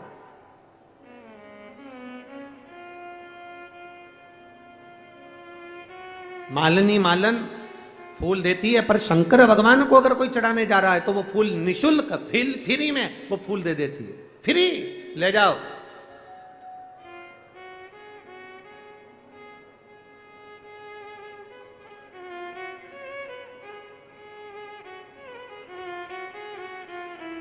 हमारे पुष्टि मार्ग में यहाँ ठाकुर जी की हवेली है राजगढ़ में। हमारे पुष्टि मार्ग में एक वर्णन आता है, सारे मंदिरों में जाना, उस मंदिरों में फ्री में आपको प्रसाद मिल जाएगा।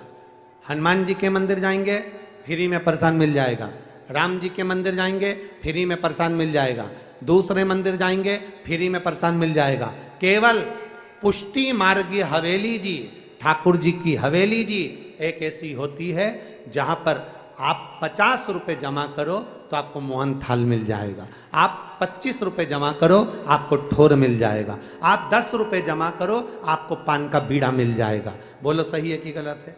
जम के तो बोलो जरा, सही है ना?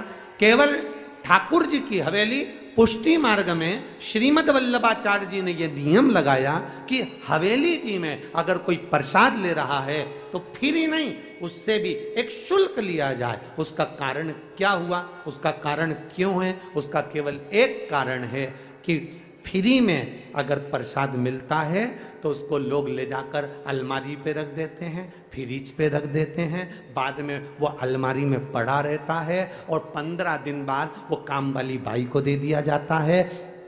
काम वाली बाई उसको उठाकर गाय को खिला देती है। पर जब कोई व्यक्ति पैसे देकर कुछ खरीदता है तो उसकी कीमत जानता है, इसलिए उसको प्रेम से ग्रहण भी करता। निःशुल्क नहीं दिया।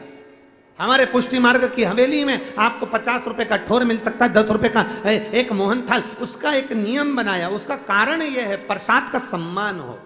दूसरा नियम बनाया कि जिस प्रसाद को हम ग्रहण कर रहे हैं, किसी ने आटा दिया, किसी ने चावल दिया, किसी ने शक्कर दी, किसी ने कुछ दिया, किसी ने कुछ दिया, आप किसी का दिया हुआ खाएंगे तो वो पचाएंगे कैसे? इसलिए जो प्रसाद आप ग्रहण कर रहे हैं उसका कुछ शुल्क हवेली जी में जमा कर कर आप जब लेते हैं तो वो प्रसाद भी आपको अपना लगता है और अपना कल्याण कर कर चलता है। वो निःशुल्कता नहीं है।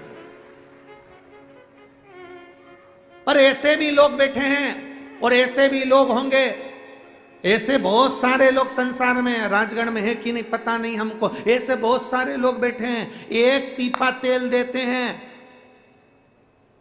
और 25 डब्बे भर के नुक्ति भंडारे की ले जाते हैं।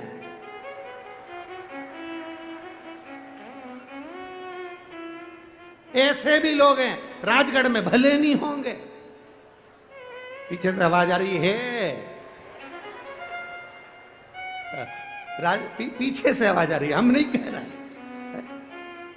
एक डब्बा तेल का देते हैं और अकड़ ऐसी दिखाते हैं, मैंने तेल दिया था, मेरे घर अन्नकूट का प्रसाद क्यों नहीं आया? मैंने तेल दिया था तो माता जी का भंडारा हुआ तो मेरे घर प्रसाद क्यों नहीं आया? जब तेल मैंने दिया, डब्बा मैंने दिया, आटा मैंने दिया, सब्जी मैंने दी, 2 किलो आलू देकर 500 किलो का माल लेकर घर चले जाते हैं लोग। इसमें के होते हैं। शिव पुराण कहती है, कितना सुंदर संवाद शिव पुराण ने कहा। शिव पुराण कहती है सबसे ज्यादा नरक में, या शास्त्र कह रहा है सबसे ज्यादा नरक में कौन पड़ता है? तो कहा जो प्रसाद बांटता है वो नरक में पड़ता है।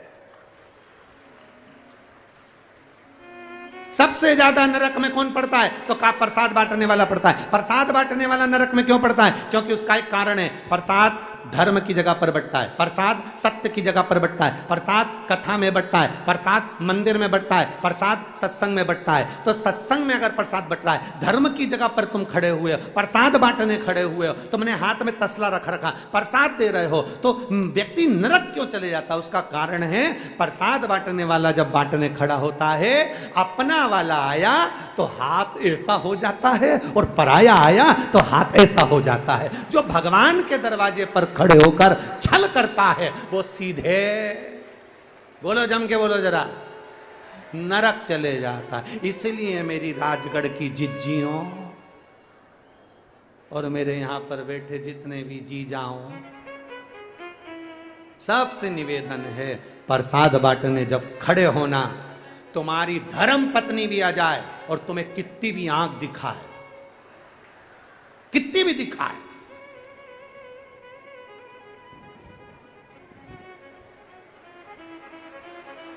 वो दिखा, वो कितनी भी आंख दिखाए तो भी तुम प्रसाद बांटते समय कह देना,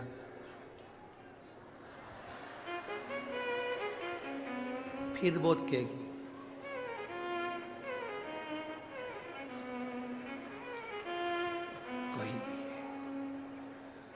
उससे कह देना बच जाएगा तो बाद में घर ले आऊंगा, पर एक जाजम पर भेद मत करना, कोई छोटा नहीं, कोई बड़ा नहीं, शंकर के सब भक्त एक जैसे हैं, शिव के सब भक्त एक, शंकर के सब उपासक एक जैसे। प्रसाद में भेद नहीं होना है। प्रसाद इसीलिए हमारे यहाँ शास्त्र में प्रसाद को मूल्यवान बताया गया, प्रसाद को कीमत वाला बताया गया, पर दुनिया ने प्रसाद के महत्व को मिटा दिया। सत्यनारायण भगवान का प्रसाद फ्री में मिल जाता है, लोग उठा कर ले जाते हैं, पूड़िया बांध के ले जाते हैं, फ्रिज पे रख देते हैं, 3 दिन तक सोचती बहू खाएगी, बहू सोचता है बेटा खाएगा, बेटा सोचे पोता खाएगा, पोता सोचे पोती खाएगी, वो प्रसाद रखा रखा रखा रखा रखा रखा। कीमत होना चाहिए फ्री।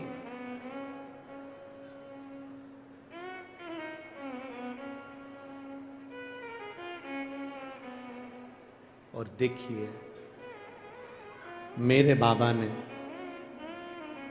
मेरे भोलेनाथ ने जितने संसार में लोगों को पैदा करा, ये सब फ्री नहीं, ये सब कीमत वाले हैं। और इनकी कीमत ये जान जाएंगे जिस दिन आनंद कर जाएंगे महाराज। ये सब कीमत वाले, संसार में जन्म लेने वाला ब्राह्मण हो, क्षत्रिय हो, वैश्य हो, शूद्र हो, चारों वर्ण को एक जगह बैठना चाहिए, एक जाजम पर बैठना चाहिए, एक स्थान पर बैठना चाहिए। कोई छोटा नहीं, कोई बड़ा नहीं, सबकी समता होना चाहिए, सबकी समता।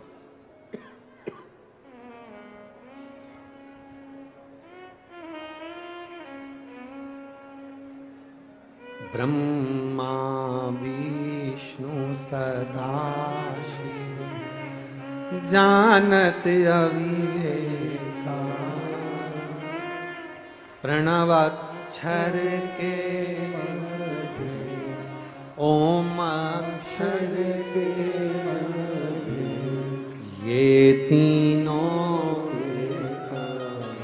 मेरे देव अधिदेव महादेव की कथा कहती है, हमारे देवताओं में भेद नहीं है, हमारे देवता सब एक हैं, एक जगह पर हैं। उसका एक मूल्य का, एक आनंद का भीतर होना चाहिए। हम ये ना कहें ब्रह्मा बड़े, हम ये ना कहें विष्णु बड़े, हम ये ना कहें शिव बड़े, हम ये ना कहें इंद्र बड़े, हम ये ना कहें कि ये देवता बड़ा है। जिसको तुम भजते हो तुम्हारी दृष्टि में वो बड़ा है, ये तुम्हारे भीतर का भेद है। यहाँ तो शंकर की कथा कहती है, इसलिए भगवान नारायण की आरती सुनेंगे तो नारायण का गुणगान मिलेगा, राम जी की आरती सुनेंगे राम जी का गुणगान मिलेगा, कृष्ण की आरती सुनेंगे कृष्ण का गुणगान मिलेगा। केवल एक शंकर भगवान की केवल एक आरती ऐसी है जिसमें तीनों देवताओं का गुणगान मिलता है, तीनों देवता।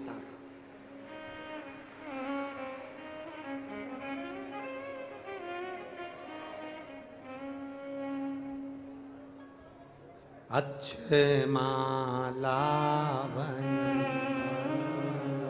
मुंड माला, 3 ब्रह्मा विष्णु सदा, 3 तीनों को एक करा, तीनों को एक,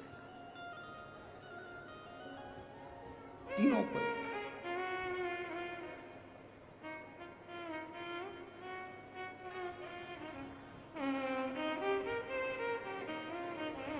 महाराज मेरे देव में कोई भेद नहीं। मालनी पुष्प बेच रही है, कहती है शिवालय को जा रहा है, कोई ने बोल से कह दिया मैं शंकर के मंदिर जा रहा हूं, फूल फ्री, निशुल्क, निशुल्क। क्यों?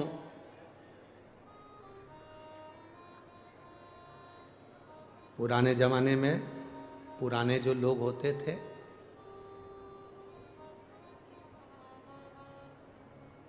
पुराने जमाने के जो लोग होते थे वो कुआं खुदवाते थे, बावड़ी बनवाते थे। पुराने जमाने के जितने लोग होते थे वो कुआं बावड़ी बनवाते थे। उसका कारण ऐसा था कि जितने लोग भी कुआं बावड़ी के पास जल पीने आएंगे, उस कुएं का पानी जब पिएंगे तो उसका पुण्य मेरे खाते में आएगा और मेरा जीवन संवर जाएगा, उसका पुण्य। अपने नगर में, अपने गांव में, अपने खेड़े में, अपने क्षेत्र में, अपने गांव के अंदर, अपने क्षेत्र के अंतर्गत, अपने नगर में, कहीं पर भी, नगर हो, बावड़ी हो, क्षेत्र हो, गांव हो, प्रत्येक जगह पर अगर तुम्हारे गांव में कहीं शंकर का शिवालय बन रहा हो, कोई शंकर का मंदिर का निर्माण हो रहा हो, कोई अच्छा कार्य हो रहा हो, उसमें तुम्हें उपत कर कहना चाहिए, थोड़ा सहयोग हमारा भी लेना चाहिए, जिससे हमको लगे कि ये मंदिर बाबा ने हमारे हाथ से बनवा दिया, ये देवालय, ये शिवालय हमारे हाथ से बनवा दिए। ये पुण्यता है हमारी, ये आनंदता है हमारी। मालिनी पुष्प देती, शिवालय तक जाता। एक दिन मालिनी के परिवार वालों ने पूछ लिया मालिनी से, मालिनी के परिवार वालों ने पूछा मालिनी से, मालिनी इतनी मेहनत करती है, फूल लेकर आती है, और तेरा पुष्प तो सब जगह बेचती है, पर वो फूल जब शिवालय जाने वाला कोई जीव है उसको तो निःशुल्क दे देती है, इसका कोई फल तुझे मिलने वाला है? मालिनी ने कहा, मैंने अपने गुरु देवऋषि नारद के मुख से एक बार सुना था, शंकर के मंदिर में किया गया पुण्य, शंकर के मंदिर में चढ़ाया गया एक लोटा जल, शंकर के मंदिर में चढ़ाई गई एक बेलपत्र, शंकर के मंदिर में दिया गया एक पुष्प की पंखड़ी, शंकर के मंदिर में लगाया गया एक दिया, शंकर के मंदिर में लगाया गया घृत दीप, वार्ड क्रमांक 12 की रहने वाली नागर मोहल्ला, नागर मोहल्ला ही है। हाँ, कहीं बैठी हैं क्या? कहीं बैठे हो तो हाथ हिला सकते हैं।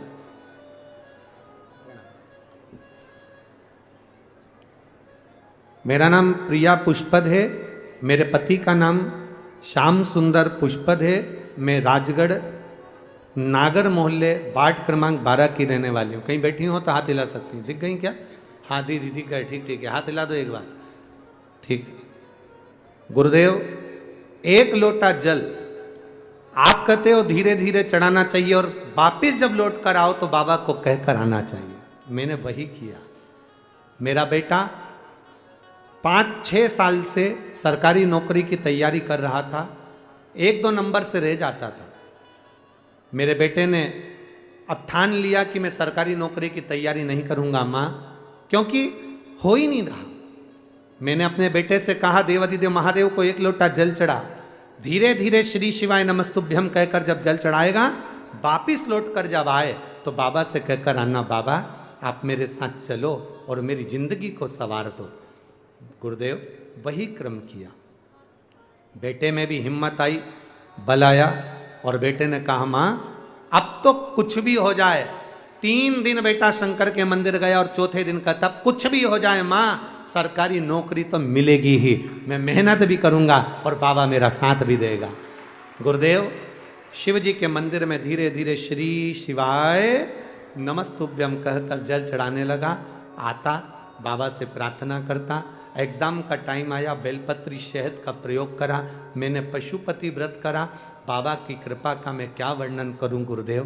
केवल कुछ ही महीने निकले थे। 8 नवंबर 2022 को मेरा बेटा सरकारी नौकरी सब इंजीनियर की परीक्षा हुई, उसमें मेरा बेटा का सिलेक्शन हो गया।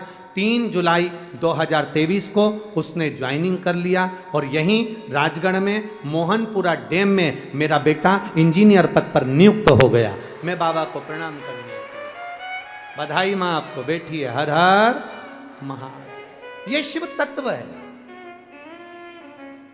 ये ओघड़ी है, ये त्रिकालदर्शी है, ये कैलाशी है। अब करो उसका भजन। कई लोग ऐसे हैं जो केवल मंदिर में जाते हैं, तो सीवर वाले महाराज जी ने कहा है ना, इसलिए जाके केवल जल चढ़ाना। ना ना ना, शंकर भगवान के मंदिर में, शिवालय में अगर जाओ तो उससे दिल से अपने मन की बात कहता रहो, दिल से।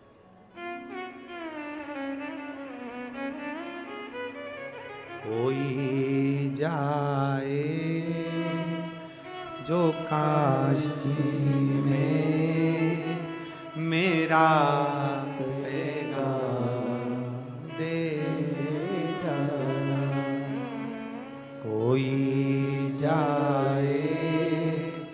जो काशी में मेरा पैगाम ले जाना। मैं खुद तो आ नहीं सकता, मेरा पैगाम ले जाना। ये कहना का शिवाले से तुम्हारी याद सताती है। ये कहना डमरू वाले से तुम्हारी याद सताती है। कोई जाए जो काशी में मेरा पैगाम ले जाना। तेरे डमरू की धुन सुन के मैं काशी नगरी आई हूँ। तेरे डमरू की धुन सुन के मैं काशी नगरी आई हूँ। मैं काशी नगरी आई हूँ। मैं काशी नगरी आई हूँ। मैं काशी सब गाइए। सोमवार नाग पंचमी श्रावण महीना। मैं काशी नगरी आई हूँ। मैं काशी नगरी आई हूँ। मैं काशी नगरी आई हूँ। मैं काशी नगरी आई हूँ। मेरे भोले ओ बम बोले मैं काशी नगरी आई हूँ। मेरे भोले ओ बम बोले मैं काशी नगरी आई हूँ। तेरे डमरू की धुन सुन के मैं काशी नगरी आई हूँ। तेरे डमरू की धुन सुन के मैं काशी नगरी आई हूँ। भाव से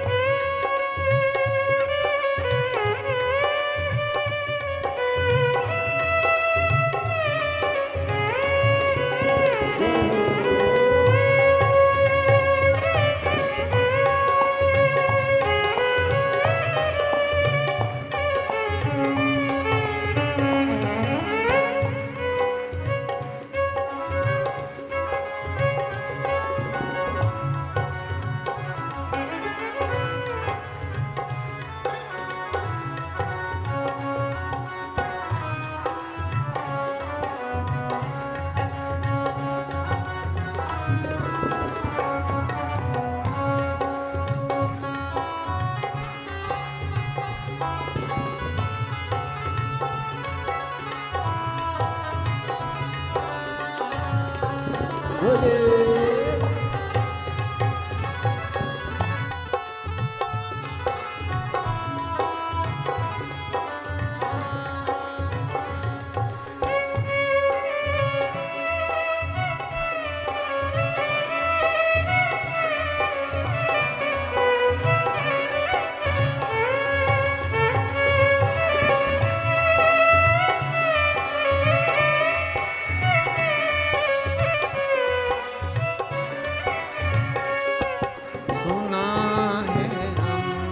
ओ भोले तेरी काशी में गंगा है, सुना है हमने ओ भोले तेरी काशी में गंगा है।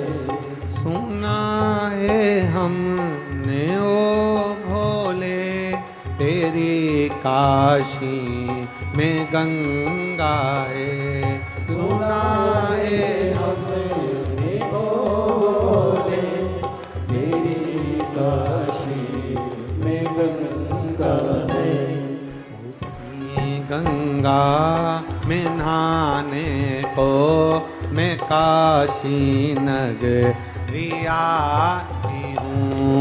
उसी गंगा में नहाने को मैं काशी नगरी आई हूँ। मेरे भोले ओ बम बोले मैं काशी नगरिया आई हूँ। मेरे बोले ओ बम बोले मैं काशी नगरी आई हूँ।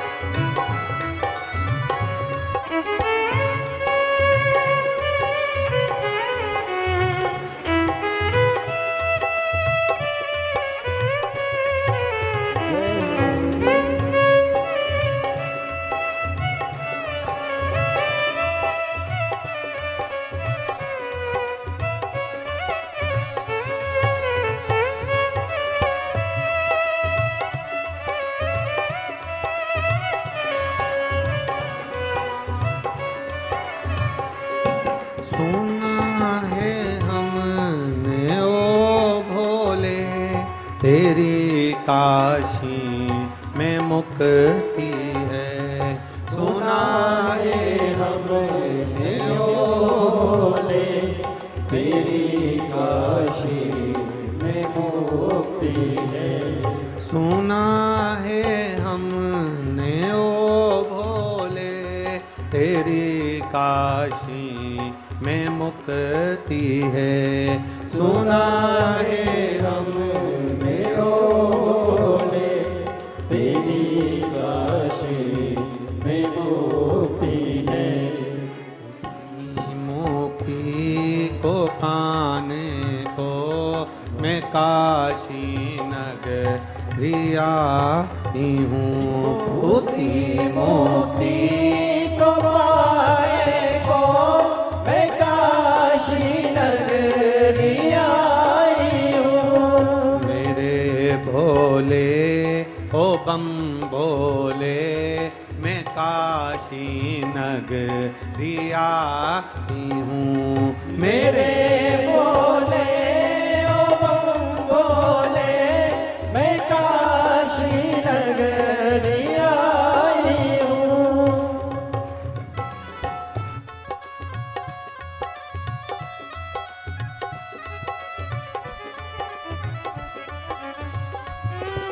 हरि बोल।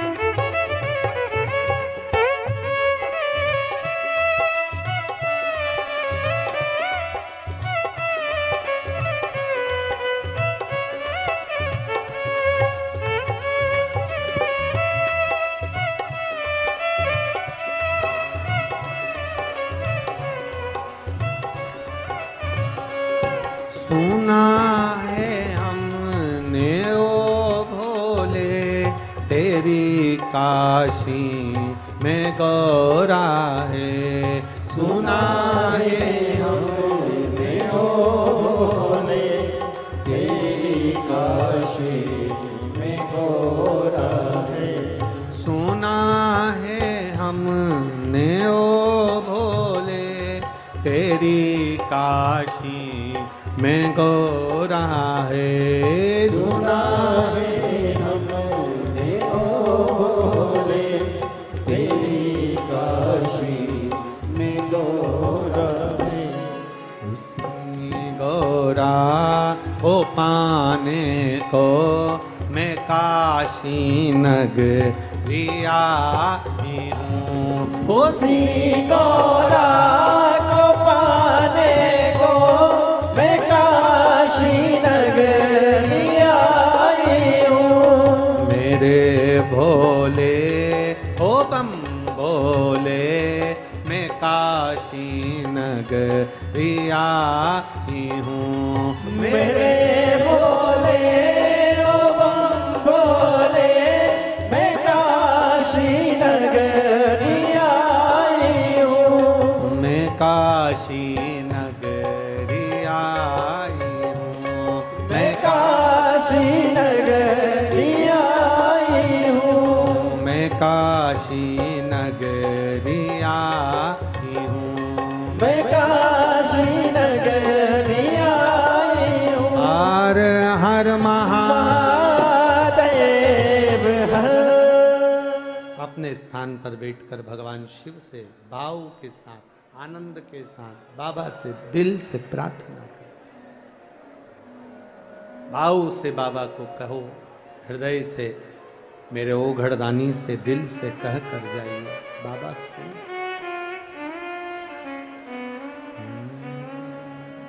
श्री शिवा नमस्तुभ्यं, श्री शिवा नमस्तुभ्यं, श्री शिवा नमस्तुभ्यं, श्री शिवा नमस्तुभ्यं, श्री शिवा नमस्तुभ्यं। भोला सब दुख काटो मारा, ओ भोला सब दुख काटो मारा। शिव शंकर जपो तेरी माला, भोले बाबा जपो तेरी माला। भोला सब दुख काटो मारा, ओ भोला सब दुख काटो मारा। वेश है मंगलकारी, वेश है मंगलकारी। शमशान वासी हमारा, शमशान वासी हमारा। ओ भोला सब दुख काटो मारा, ओ भोला सब दुख काटो मारा। मालनी मालन शिव जी के लिए पुष्प देती। गांव के लोग कहते, क्या तुझे कुछ फल मिलेगा उसका? अब इसने तो फ्री दे दिया, निशुल्क दे दिया। उसका फल जो चढ़ा कर आता था, उसका फल मालनी के खाते में जाता था, मालनी के खाते। अब शिव कृपा देखिए, शंकर की उदारता, शंकर की करुणा देखिए कि कितनी कृपा मेरे देव अधिदेव महादेव ने करी, कितनी कृपा मेरे शिव करे। एक बार मालिनी पुष्प लेने के लिए गई और बीच मार्ग में चलते चलते ठोकर खाई और ठोकर खाकर जमीन पर गिरी और गिरते से मस्तक में लगा और प्राण छूटा।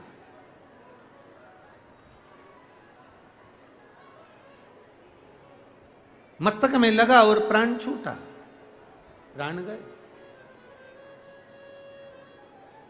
अच्छा विचार करिएगा जरा, आप मंदिर से आ रहे हो, मंदिर जा रहे हो, या भगवान की कथा में आए हो, या कथा में से आना जाना कर रहे हो, या कहीं पुण्य वाली जगह पर जा रहे हो और तुम्हारे साथ में कुछ ऊंच नीच हो जाए, थोड़ा कष्ट आ जाए, तो लोग क्या कहेंगे? बताओ कितनी बड़ी धर्मात्मा थी, मंदिर जाती थी, मंदिर पहुंचती थी, कथा में जाती थी, सत्संग में जाती थी, और उसके साथ में ऐसा हो गया। मालन पुष्प शिव के लिए देती, जो ले जाता उसको दे देती। उसके बाद भी उसके जब प्राण छूटे, दुनिया के लोगों को लगा कि ये फूल दे देती थी, इसके बाद उसकी गति ऐसी हुई, पर जो जानने वाला है वो जान गया। मालन के जो प्राण छूटे वो नरक गई ना बैकुंठ गई, पार्वती जी की सहेली बनकर रहने लगी। वो मालिनी शिव की धाम में पहुंच गई।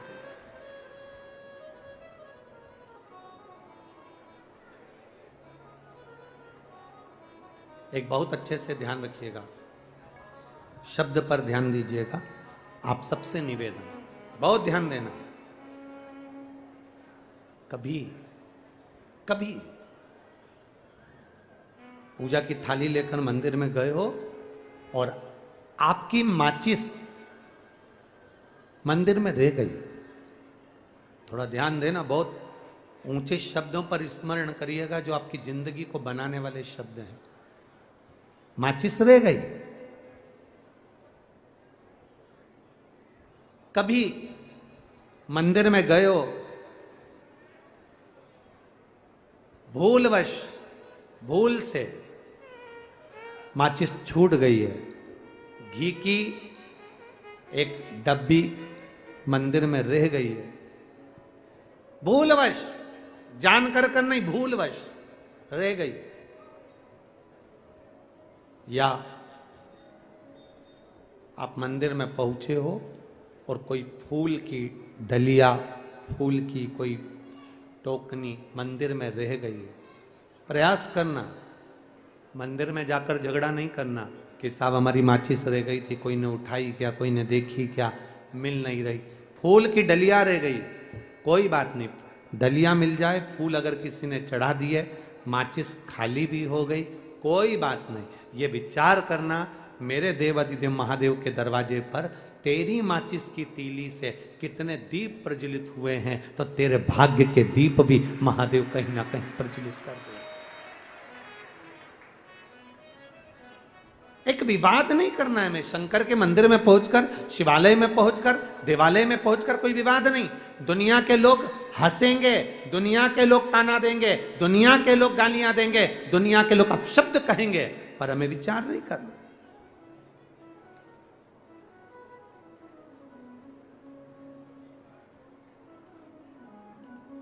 एक पत्र किसी राजगढ़ के एक भाई ने लिखा है, श्रीमती उषा शर्मा, ईश्वर शर्मा, शिवधाम कॉलोनी, राजगढ़, शिक्षक। मोबाइल नंबर ये है, कहीं बैठे हैं तो हाथ हिला सकते हैं, कहीं बैठे हो आप ही हैं, दोनों हाथ हिला दीजिए। श्रीमती उषा शर्मा, ईश्वर शर्मा, शिवधाम कॉलोनी, राजगढ़ से हूँ गुरुजी, शिक्षक हूँ। पहले तो मैं तिवारी परिवार को और आशीष भैया को धन्यवाद देता हूँ, जो कुबेरेश्वर भंडारी की इस पावन कथा को माँ जालपा राजगढ़ की पावन धरा पर लेकर आए, उनको साधुवाद देता हूँ। गुरुदेव, आप कहते हो कि पंडाल में बैठकर जो मांगते हैं वो बाबा देता है।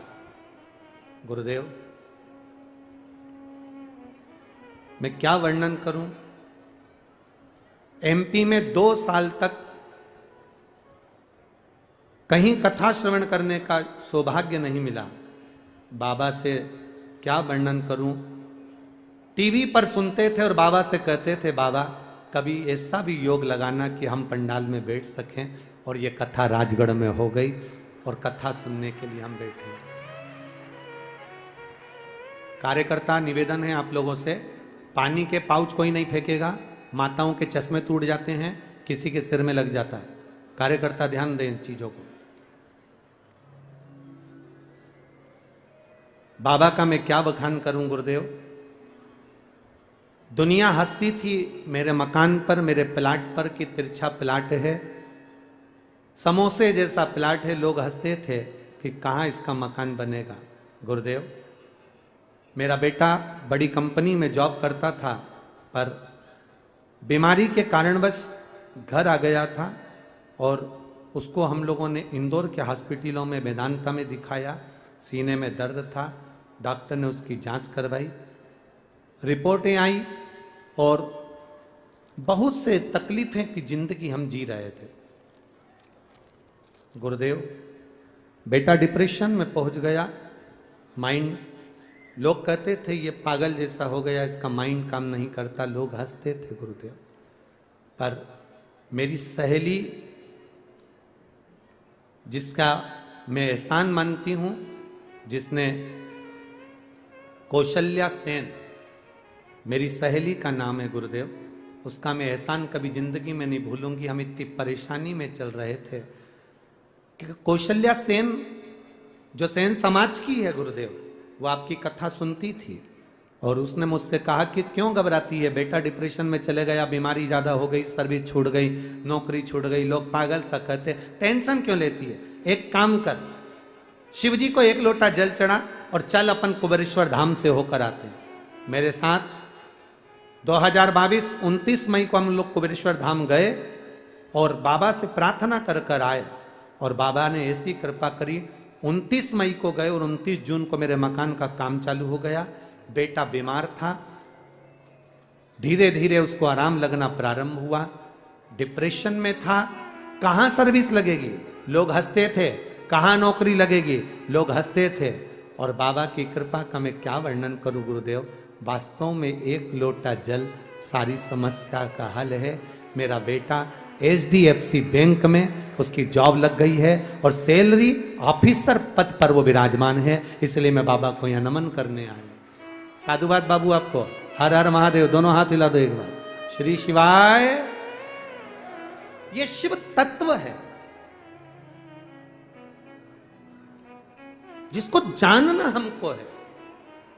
लोग हंसेंगे, हम कहते हैं हंसने वालों को हंसने दो, क्या किसको रोइए।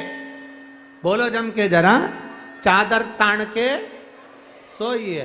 कोई कुछ भी कहे, आग लगे बस्ती में अपन रहो मस्ती में। दुनिया ताना दे, दुनिया अपशब्द कहे, दुनिया गाली दे, दुनिया आड़ा टेढ़ा बोले, आप अपनी जिंदगी खुश होकर जियो, रोकर नहीं, दुखी होकर नहीं, कष्ट में नहीं। आप बाबा देवाधिदेव महादेव के भरोसे पर जियो, उसके सहारे जियो, अपने जीवन को प्रसन्नता के साथ जियो। मालिनी के प्राण छूट गए, शिव के धाम में पार्वती जी की सहेली बन गई। सुंदर थी।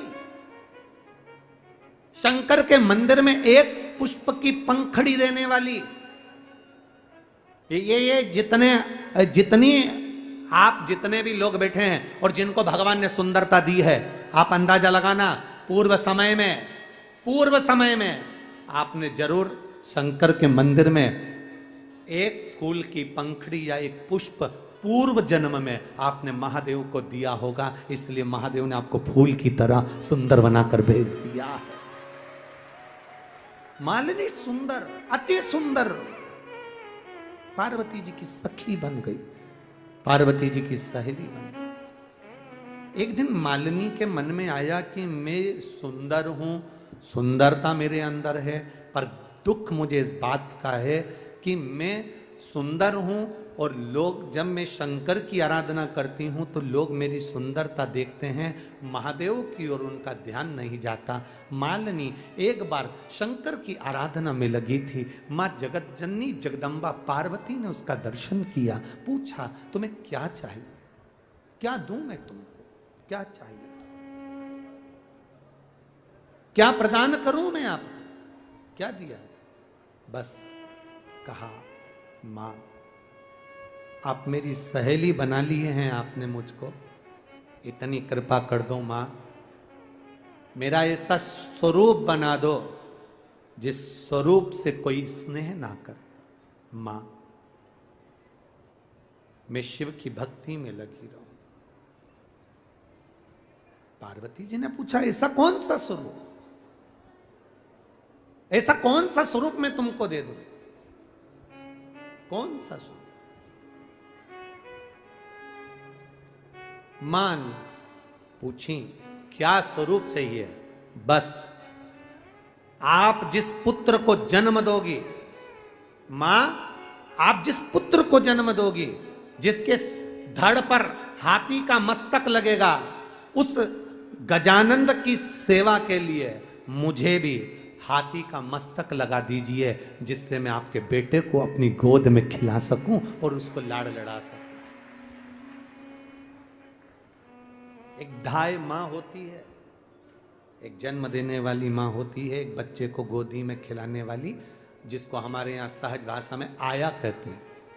हमारे यहाँ कह देते हैं ये बच्चे को गोदी में खिलाती आया है, धाय मां। मैं उसकी धाय मां बन जाऊं। मालिनी हाथी के मुख को मांगती है, गजमुखी मालिनी, गजमुखी मालिनी। जब हमारे यहाँ